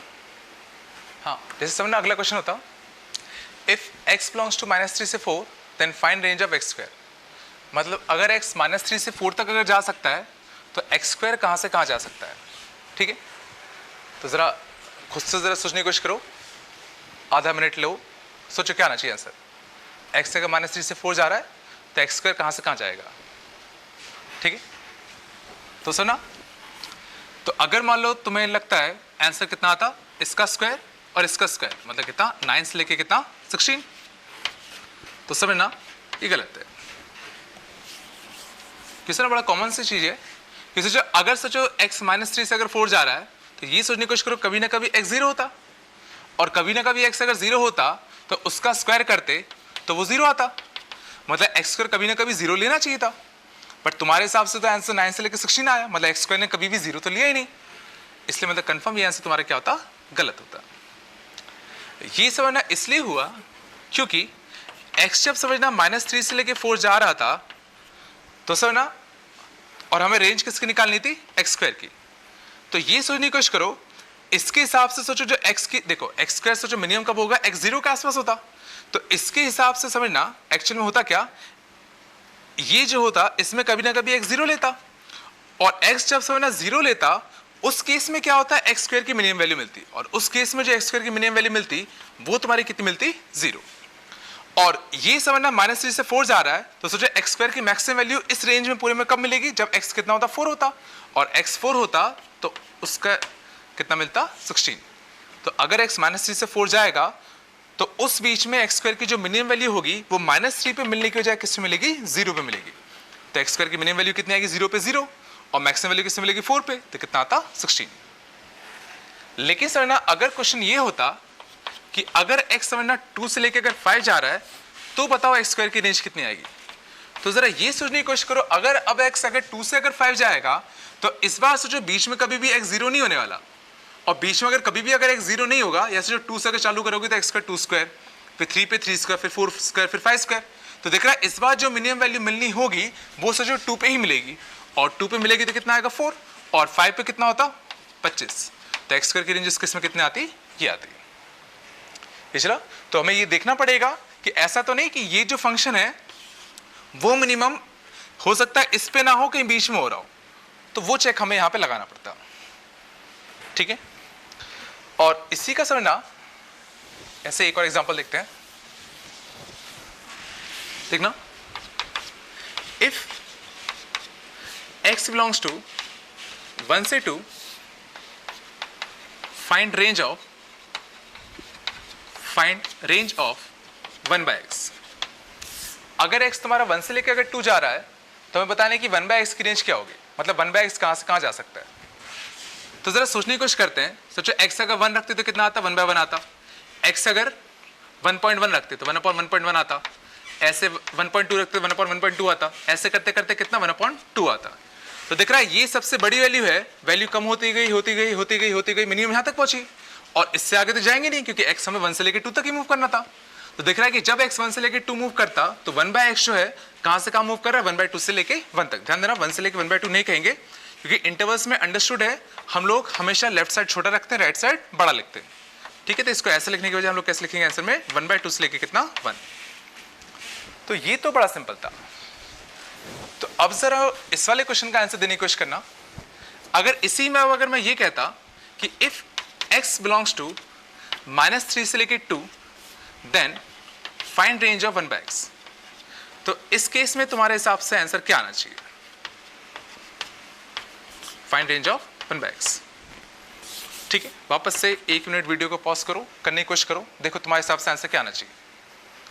ठीक है, तो सर ना अगर तुम्हारा आंसर -1/3 से लेके 1/2 है तो ये गलत है। ठीक है, नहीं है तो अच्छी बात है, बट ये अगर है तो गलत है, ठीक है। इस बार समझना क्यों गलत है, जरा मूव करते हैं, x के लिए देखते हैं, हल्का हल्का मूव करते हैं। तो मान लो x -3 से लेकर 2 तक मूव कर रहा है और देखते हैं 1/x कैसे कैसे वैल्यू देता। तो सोचो जब x -3 होता तो -1/3 देता, x अगर -2 होगा तो ये -1/2 होगा, x अगर -1 होता तो ये -1/1 होता, x अगर सोचो 0 के आसपास होता, सोचो 0 के आसपास मतलब मान लो ये माइनस का 0.1 होता तो माइनस के 0.1 के केस में ये कुछ ये वैल्यू लेता। सोचो अब 0 से पॉजिटिव होता तो प्लस के 0.1 में, प्लस के 1.1 में कुछ ऐसा होता, ठीक है। 1 लेता तो कुछ ऐसा होता, 2 लेता तो कुछ कैसा होता, 1/2 टाइप का होता। और जरा ये सोचने की कोशिश करना, तो देखना ये वैल्यू कैसे ले रहा है, -1/3, -1/2, -1, -10, ये चला -1/3, -2, मतलब ये कितना माइनस का 0.3 है, ये कितना माइनस का 0.5 है, ये माइनस का 1 है, ये माइनस का 10 है। तो जो अगर तुमने x 0.001 लिया होता, 0.001, तो ये माइनस का 100 बनता। 0.0001 लिया होता, 3 0 1 लिए होते तो ये कितना बनता, -1000 टाइप का बनता। मतलब दिख रहा है ये -0.33 से लेके सोचो नेगेटिव होते होते होते होते -∞ तक जाएगा। ये चला कि ये -0.33 से होते होते सोचो नेगेटिव और नेगेटिव और नेगेटिव और नेगेटिव होते होते -∞ तक गया। तो एक तो इसकी रेंज कहां से कहां तक आ गई, -∞ से लेके कितना, माइनस का 1/3 तक, ध्यान देना और भी आई है। अब सोचो जब 0.1 होता तो ये वैल्यू कितनी लेता, 10 लेता। सोचो 0.01 होता तो 100 लेता, 0.0001 होता तो 1/0.0001 तो 1000 लेता। तो सोचो इन्फिनिटी से इन्फिनिटी, फिर 1000, फिर 100, फिर 10, ऐसे 1, ऐसे 1/2, ऐसे करते करते दिख रहा है कि 1/2 से लेके इसने इन्फिनिटी तक की सारी वैल्यू ले ली, और 1/2 से इन्फिनिटी तक की इसने सारी वैल्यूज ले ली। तो इससे ये भी समझ में आ रहा है कि इसने इसकी रेंज कहां से कहां तक आई, 1/2 से लेके इन्फिनिटी वाली भी इसने सारी वैल्यूज ली है। तो एक्चुअल में अगर x -3 से अगर 2 जाएगा तो जो 1/x की रेंज होगी वो -∞ से लेके -1/3 और 1/2 से लेके इन्फिनिटी तक जाएगी, ठीक है। मैं जानता हूँ ये वाला जो क्वेश्चन है वो थोड़ा गंदा है, इसको हम लोग 1-2 क्लास बाद जब ग्राफ्स पढ़ लेंगे तो काफ़ी इजीली सीख जाएंगे, ठीक है। अभी अगर ये समझ में आया हो तो अच्छी बात है, या इसको अभी बुकमार्क कर लेना, बुकमार्क कर लेना। जब हम इसके ग्राफ्स अगर देखेंगे 1/x के तो उसमें तुम्हें आराम से फील आएगी कि ऐसा क्यों हो रहा है, ठीक है। बट अभी इतना तो समझ में आना चाहिए कि अगर ऐसा होगा तो 1/x की जो रेंज होगी वो बिल्कुल ये नहीं होगी, क्योंकि दिख रहा है कि x सोचो जब तुम बहुत छोटा रखते 0.001 टाइप का तो 1/0.001 तो दिख रहा है कुछ 1000 टाइप का बनता। तो दिख रहा है इसको काफी बड़ी बड़ी वैल्यूज भी ले सकता है ये, ठीक है। इसका हम लोग जब ग्राफ होगा तो और अच्छे से देखेंगे, ठीक है। कोई दिक्कत नहीं यहाँ तक, हाँ देखना। तो वापस से कुछ सेट ऑफ क्वेश्चंस हैं, तो इनको वापस से 10 मिनट लगभग मुश्किल से टाइम लगेगा, तो ठीक है। वीडियो को पॉज कर लो, 10 मिनट तक इनको ट्राई करो, ठीक है। और फिर जो मैं सॉल्यूशंस बता रहा हूँ वो देख लो, ठीक है। तो पॉज कर लो वीडियो को और सॉल्व करने की कोशिश करो इनको, है ना। हाँ देख लो, इसमें ये तो समझ में आ रहा होगा, ये इनइक्वालिटी सॉल्व करने का था, ये भी सॉल्व करने का, ये भी सॉल्व करने का। इसमें find range of x square की रेंज निकालनी है जब x -6 से -1 है, या -2 से लेकर कितना है 7 है, ठीक है। इसमें क्या है, इफ x की रेंज क्या है 1 से लेकर 2, y की रेंज क्या है -2 से लेकर 4, तो हमें बताएं रेंज क्या होगी, x + y की रेंज कितनी आएगी, 2x - y की रेंज कितनी आएगी। और इस वाले में तुम्हारा क्या है, ये अच्छा क्वेश्चन है, देखना। Let x is greater than 14/3, x हमें पता है 14/3 है, ठीक है। ये सॉल्यूशन आया किसका, इस इनइक्वालिटी का, मतलब इस इनइक्वालिटी को अगर मैं सॉल्व करूंगा तो सॉल्यूशन क्या आ रहा है उसका, x ग्रेटर देन कितना 14/3 आ रहा है, ठीक है। तो हमें बताना है जहाँ पे a और b तुम्हारे क्या है, कॉन्स्टेंट्स हैं, ठीक है। पॉजिटिव नेगेटिव हमें नहीं दिया, बस इतना पता है जो भी है कुछ कॉन्स्टेंट्स हैं। तो हमें भी बताना है कि ये जो इनइक्वालिटी होगी इसका सॉल्यूशन क्या होगा, ax + 2a + b less then कितना 0। तो bx - a + b का लेस देन 0 का सॉल्यूशन ये आया, तो बताना है ax + 2a + b less than equal to 0 इसका सॉल्यूशन क्या आएगा, ठीक है। सॉल्व करो, चलो देखना सॉल्यूशन देखते हैं, ठीक है। पहले में तो बड़ा सिंपल सा, इस -3 इसको साइड भेज दो, इस 1 को साइड भेज दो, तो इस -3 इसको साइड भेजोगे तो कितना बनेगा अपना 4x, है ना। इस 1 को साइड भेजोगे तो कितना जाएगा -3, और सर लेफ्ट राइट भेजने में सीधा कोई फर्क नहीं आता कभी भी, तो सीधा, और इस 4 को नीचे भेजोगे तो पॉजिटिव क्वांटिटी को नीचे भेज रहे हो, तो यहाँ से कितना आएगा x ग्रेटर देन कितना -3/4। तो पहले का आंसर कितना, -3/4 से बड़ा, तो पहले का आंसर कितना आ गया, -3/4 से लेकर कितना इन्फिनिटी। पहले आगे सुन सबको। अगला देखना, अगले में इस वाले में ये क्या है, ये 3 से 3 काट दो, 3 से 3 कट जाएगा, 2x भी कट गया। देखो तो कितना आया, -1 is less than equal to कितना 1। और ये सिंपली समझना वापस से क्या है, ये वही चीज बता रहा है, मतलब इसमें तुम x कुछ भी रखते रहो, ये जो स्टेटमेंट बनेगा हमेशा एक ट्रू स्टेटमेंट बनेगा। मतलब x की हर वैल्यू के लिए ये चीज हमेशा ट्रू है, मतलब x की हर वैल्यू इस इनइक्वालिटी को सेटिस्फाई करेगी। तो इसका आंसर कितना आएगा, x बिलोंग्स टू कितना -∞ से लेके कितना ∞। इजरा अगर x का टर्म अगर कट जाए और अगर फाइनली अगर ट्रू स्टेटमेंट बन गया तो आंसर कितना आएगा, r आएगा। और इसी जगह पे अगर फॉल्स स्टेटमेंट बन जाता तो x की किसी भी वैल्यू के लिए ये इनइक्वालिटी कभी सेटिस्फाई नहीं करता, तो उस केस में आंसर कितना आता, 5 आया था। ठीक है, आगे देखते हैं। अगला तुम्हारा क्या था, इसमें सिंपली देखो, चाहो तो इस माइनस को यहां भेज दो, इस माइनस को अगर मैं यहां भेजता तो सो -1 का मल्टीप्लाई कर रहे हो तो 5x + 1/3, और इस माइनस को यहां भेजोगे तो कितना बन जाएगा, -1 प्लस का 6x बन जाएगा, और यहां से कितना बन जाएगा, less than equal to, sorry inequality change हो जाएगी ना, तो कुछ ऐसा बन जाएगा। ठीक है, बस -1 को यहां भेज दिया, इस 3 को यहां भेज दो, पॉजिटिव को भेजोगे कोई दिक्कत नहीं, तो कितना बन जाएगा, 5x + 1 is greater than equal to कितना, -3 प्लस का कितना 18x, कुछ ही बन जाएगा। अब यहां सॉल्व कर लो, तो यहां से इसको सॉल्व करते तो 5x को इस साइड ले आओ 13x, इस 3 को यहां ले जाओ, कितना बनेगा 4, तो यहां से कितना जाएगा, x इज कितना लेस देन कितना 4/13, तो 4/13 से छोटे सारे वैल्यूज आ गए, तो आंसर कितना आता, -50 से लेकर कितना 4/13, ये इसका आंसर हो जाता। ठीक है, अगले देखते हैं। अगला तुम्हारा क्या था,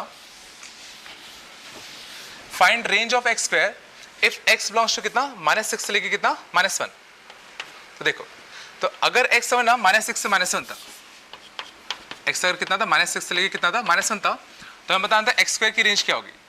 और इस बार सुना, सोचो सिंपली -6 छापो, तो -6 छापते तो कितना बनता, 36 बनता, -5 छापते तो कितना बनता, 25 बनता, -4 पे कितना बनता, 16 बनता, फिर 9 बनता, फिर 4 बनता, -1 पे कितना बनता, 1 बनता। तो दिख रहा है कि जो इसकी मिनिमम वैल्यू मिल रही है वो इसी पे मिल रही है, और मैक्सिमम वैल्यू जो मिल रही है वो -6 पे मिल रही थी, तो सीधा इसकी जो रेंज आती है वो कितनी आती है, 1 से लेके कितना 36। ये चला कि हमने सीधा देखा कि इस पे ये मिला, इस पे मिला, सीधा कम होता गया। ऐसी कभी दिक्कत आई नहीं इस वाले केस में, वो दिक्कत इस वाले में आई होगी। देखना, अब अगर सोचो x अगर -2 रखते तो कितना बनता, 4 बनता, -1 रखते तो 1 बनता, 0 रखते तो 0 बनता, फिर 1 रखते तो फिर 1 बनता, और ऐसे 7 रखते तो 49 बनता। तो पहले ये वैल्यू कम हुई, फिर ये वैल्यू सोचो बढ़ गई, तो दिख रहा था इसकी जो मिनिमम वैल्यू आती वो 0 पे मिलती, और जो मैक्सिमम वैल्यू होता वो किसमें मिलता, 49 पे मिलता। ठीक है, तो इस वाले केस में जो आंसर आता है कितना आता, 0 से लेके 49 आता। ठीक है, अगले वाले क्वेश्चन में देखना क्या था, x अगर तुम्हारा कितना है 1 से लेके 2 के बीच में ना, तो देखना x अगर तुम्हारा इसके बीच में है तो, और y इसके बीच में था, तो हम बताएं रेंज x + y वगैरह की क्या आएगी। तो वापस से वही कंसेप्ट जो हमने अभी पढ़ा था, तो जो अगर x + y है तो जरा ये सोचें, कुछ x बढ़ेगा तो ये क्वांटिटी बढ़ेगी, y बढ़ेगा तो भी ये क्वांटिटी बढ़ेगी, तो इन दोनों का सम मैक्सिमाइज करना है, तो इसको मैक्सिमम रख दो, इसको मैक्सिमम रख दो, इसकी मैक्सिमम वैल्यू 2, इसकी मैक्सिमम वैल्यू 4, तो इसकी मैक्सिमम वैल्यू कितनी आएगी, 6। ठीक है, लेकिन ध्यान देना, ये समझना 2 ले रहा है, लेकिन सर ये 4 नहीं ले पा रहा, इसलिए यहां पे समझना ओपन ब्रैकेट आएगा, ये चला। और इसको मिनिमाइज करना था, तो इसको मिनिमम रख दो, इसको मिनिमम रख दो, इसकी मिनिमम 1, इसकी मिनिमम -2, तो कितना आएगा, -1। और सर -1 एक्चुअल में नहीं हो पाएगा, क्योंकि ना ये 1 ले पाया ना ये -2 ले पाया, तो इसमें भी कितना आएगा तुम्हारा, ओपन ब्रैकेट। ये चलो, अगला 2x - y। अब जरा सोचने की कोशिश करना, अगर x बढ़ेगा तो ये क्वांटिटी बढ़ेगी, बट अगर y बढ़ गया तो ये क्वांटिटी कम हो जाएगी। तो इस क्वांटिटी को अगर बड़ा करना है तो इसको बढ़ाना है, इसको मैक्सिमम रखना है, और इसको मिनिमम रखना है। तो x की मैक्सिमम वैल्यू कितना 2, तो 2 छापते थे कितना होता 4, तो कितना आएगा 4 माइनस y की मिनिमम वैल्यू कितना -2, और सुना एक्चुअल में ये -2 ले नहीं पा रहा, इसलिए यहां वापस से कितना आएगा, ओपन ब्रैकेट, तो यहां कितना बन जाएगा ये 6। और इसको अगर मिनिमाइज करना था इस चीज को, तो इसको मिनिमम रखना पड़ेगा, और इसको कैसे रखना पड़ेगा, मैक्सिमम रखना पड़ेगा। तो इसको मिनिमम इसको मैक्सिमम, तो इसकी मिनिमम कितनी आएगी 1, तो यहां से कितना होता 2 माइनस इसकी मैक्सिमम वैल्यू कितना 4, तो यहां से कितना आता माइनस का 2, वापस से 4 ये y ले नहीं पाएगा इसलिए यहां भी कितना आएगा तुम्हारा ओपन ब्रैकेट। तो इसकी जो रेंज आ गई तुम्हारी कितनी आ गई -2 से लेके कितनी आ गई 6 आ गई, -2 से लेके कितना 6। ठीक है, होप सेशन में आगे होंगे दोनों। अगला देखना अच्छा था काफी, अगले का आंसर, अगले में देखना क्या था, अगर फाइनल जो सॉल्यूशन आया इसका x > 14/3 आया और इसका सॉल्यूशन हमें पता है अगर हम निकालते तो कैसे करते, इस a + b को उस साइड ले जाते, तो इस a + b को अगर मैं उस साइड ले जाता तो ये कुछ अपना ऐसा बनता। अब क्या करते, इस b को नीचे भेजते और सुना हमें पता नहीं b का साइन क्या होगा, लेकिन देखो ये तो साफ साफ दिख रहा है। सोचो अगर b पॉजिटिव होता, अगर b पॉजिटिव होता तो जो आंसर आता वो x लेस देन कुछ आता, लेकिन यहां दिख रहा है x ग्रेटर देन कुछ आ रखा है, मतलब कंफर्म तुम्हारा क्या रहा होगा, b तुम्हारा नेगेटिव रहा होगा। ये चला, क्योंकि अगर b पॉजिटिव होता तो डायरेक्टली भेज देते तो आंसर x लेस देन कुछ आना चाहिए था, but answer x greater then कुछ आया, मतलब पक्का b नेगेटिव रहा होगा, तो इसको हमने नीचे भेज दिया होगा तो ये गया तो ऐसा कुछ बन गया होगा, लेकिन पक्का नेगेटिव रहा होगा तो हमने इक्वलिटी को क्या कर दिया होगा, चेंज कर दिया होगा, तो आंसर कुछ ऐसा आना चाहिए था। और ये जो a + b/b था अपना, यही तुम्हारा 14/3 था, ये जो a + b/b था वही तुम्हारा 14/3 था अपना, समझ गए ना, कहाँ गया ये रहा। तो यहां से दिख रहा है कि तुम्हारा यहां से सॉल्व कर देते कितना बन जाता 3a + 3b = कितना 14b ना, तो यहां से तुम्हारा कितना बन जाएगा 11b और यहां से कितना 3a, तो ये a और b हमें एक रिलेशन यहां से मिल गया। और ये कंफर्म है b नेगेटिव था, क्योंकि ये तो हमने प्रूव कर ही दिया था b नेगेटिव है, तो इससे ये भी समझ में आ रहा है कि a जो था वो भी तुम्हारा क्या होगा, नेगेटिव ही होगा। ठीक है, अब देखते हैं, अब हमें जो सॉल्यूशन निकालना था वो किसका निकालना था, हमें सॉल्यूशन इसका निकालना था ax + 2a + b का। और ax + 2a + b को सोचो इनइक्वालिटी को सॉल्व करने के लिए कैसे करते, इस 2 और इस b को सेट भेजते, तो इस 2a और इस b को सेट भेजते तो क्या जैसा बनता, इस a को नीचे भेजते और इस a को नीचे भेजते, तो ध्यान देना ये इनइक्वालिटी रिवर्स करनी पड़ती, क्योंकि हमने देखा कि a भी नेगेटिव होगा, तो ये तुम्हारा कितना बन गया x > कितना -2 एंड कितना माइनस का b/a, कुछ ऐसा बन गया। और b/a की वैल्यू मैं यहां से निकाल सकता हूं, b/a के लिए कितनी आएगी 3/11, तो b/a की वैल्यू मैं 3/11 छाप देता हूं, ठीक है ना, सब सही है ना, 3a यहां से कितना 11b, तो b/a कितना बन जाएगा 3/11, सब सही है, -2a -b, सब सही ना, तो यहां से कितना बन जाएगा x > कितना -2 और कितना माइनस का b/a, मतलब कितना माइनस का कितना 3/11, कुछ ही बनता। और यहां से कितना बन जाएगा 22 और 3 कितना 25, तो x > कितना माइनस का कितना 25 कितना 11, ये इसका सॉल्यूशन आया था। चलो, तो होप सो तुम्हें आज की क्लास समझ में आई होगी। ठीक है, हो सकता है ये बहुत लोगों ने पहले पढ़ रखा होगा, बट ये क्लास जनरली उनके लिए थी, मतलब जो पहली बार पढ़ रहे हैं इनइक्वालिटीज वगैरह सब। ठीक है, तो अब सब ना इसके बाद तुम लोगों को जो मॉड्यूल्स वगैरह जो ऐप पे दिख रही होगी, ठीक है, उसमें प्रॉपर जो स्टेप बाय स्टेप जो इंस्ट्रक्शंस होंगे या जो भी तुम्हारा असाइनमेंट्स होगा वो तुम्हें अब करना है। ठीक है, और जो टाइम लिमिट दी है उसके अलॉन्ग ही करना है। ठीक है, और क्लास में ऑब्वियस ज़्यादा डाउट्स आए होंगे, कंफर्म आए होंगे, मुझे पता है। ठीक है, क्योंकि कुछ चीज़ें इसमें काफ़ी कठिन भी हो गई थी, तो वो इस वीडियो को देखने का एक टाइम जो अलॉट किया है उसमें मैं डिस्कस करूँगा, तो उसमें जो भी डाउट्स आएँ क्लियर कर लेना और कोशिश करना कि जिस दिन का जो डाउट है उसको उसी दिन क्लियर कर लो। ठीक है, चाहे आपस में दोस्तों के साथ क्लियर करो या हमसे पूछ लो, जैसे भी करो, बट उसको अगर तुम उसी दिन क्लियर कर लोगे तो आगे दिक्कत कम आएगी। अगर तुमने उसको उस दिन क्लियर नहीं किया तो आगे के जितने भी कंसेप्ट्स होंगे वो पुराने से रिलेटेड होंगे, तो उनमें भी दिक्कत आती रहेगी। ठीक है, तो कोशिश करना जिस क्लास में जिस दिन दिक्कत आए उसको उसी दिन क्लियर कर लो, बस इतना करते रहो। ठीक है, सब स्मूथ चलेगा। ठीक है, तो चलो मिलते हैं क्लास में ना।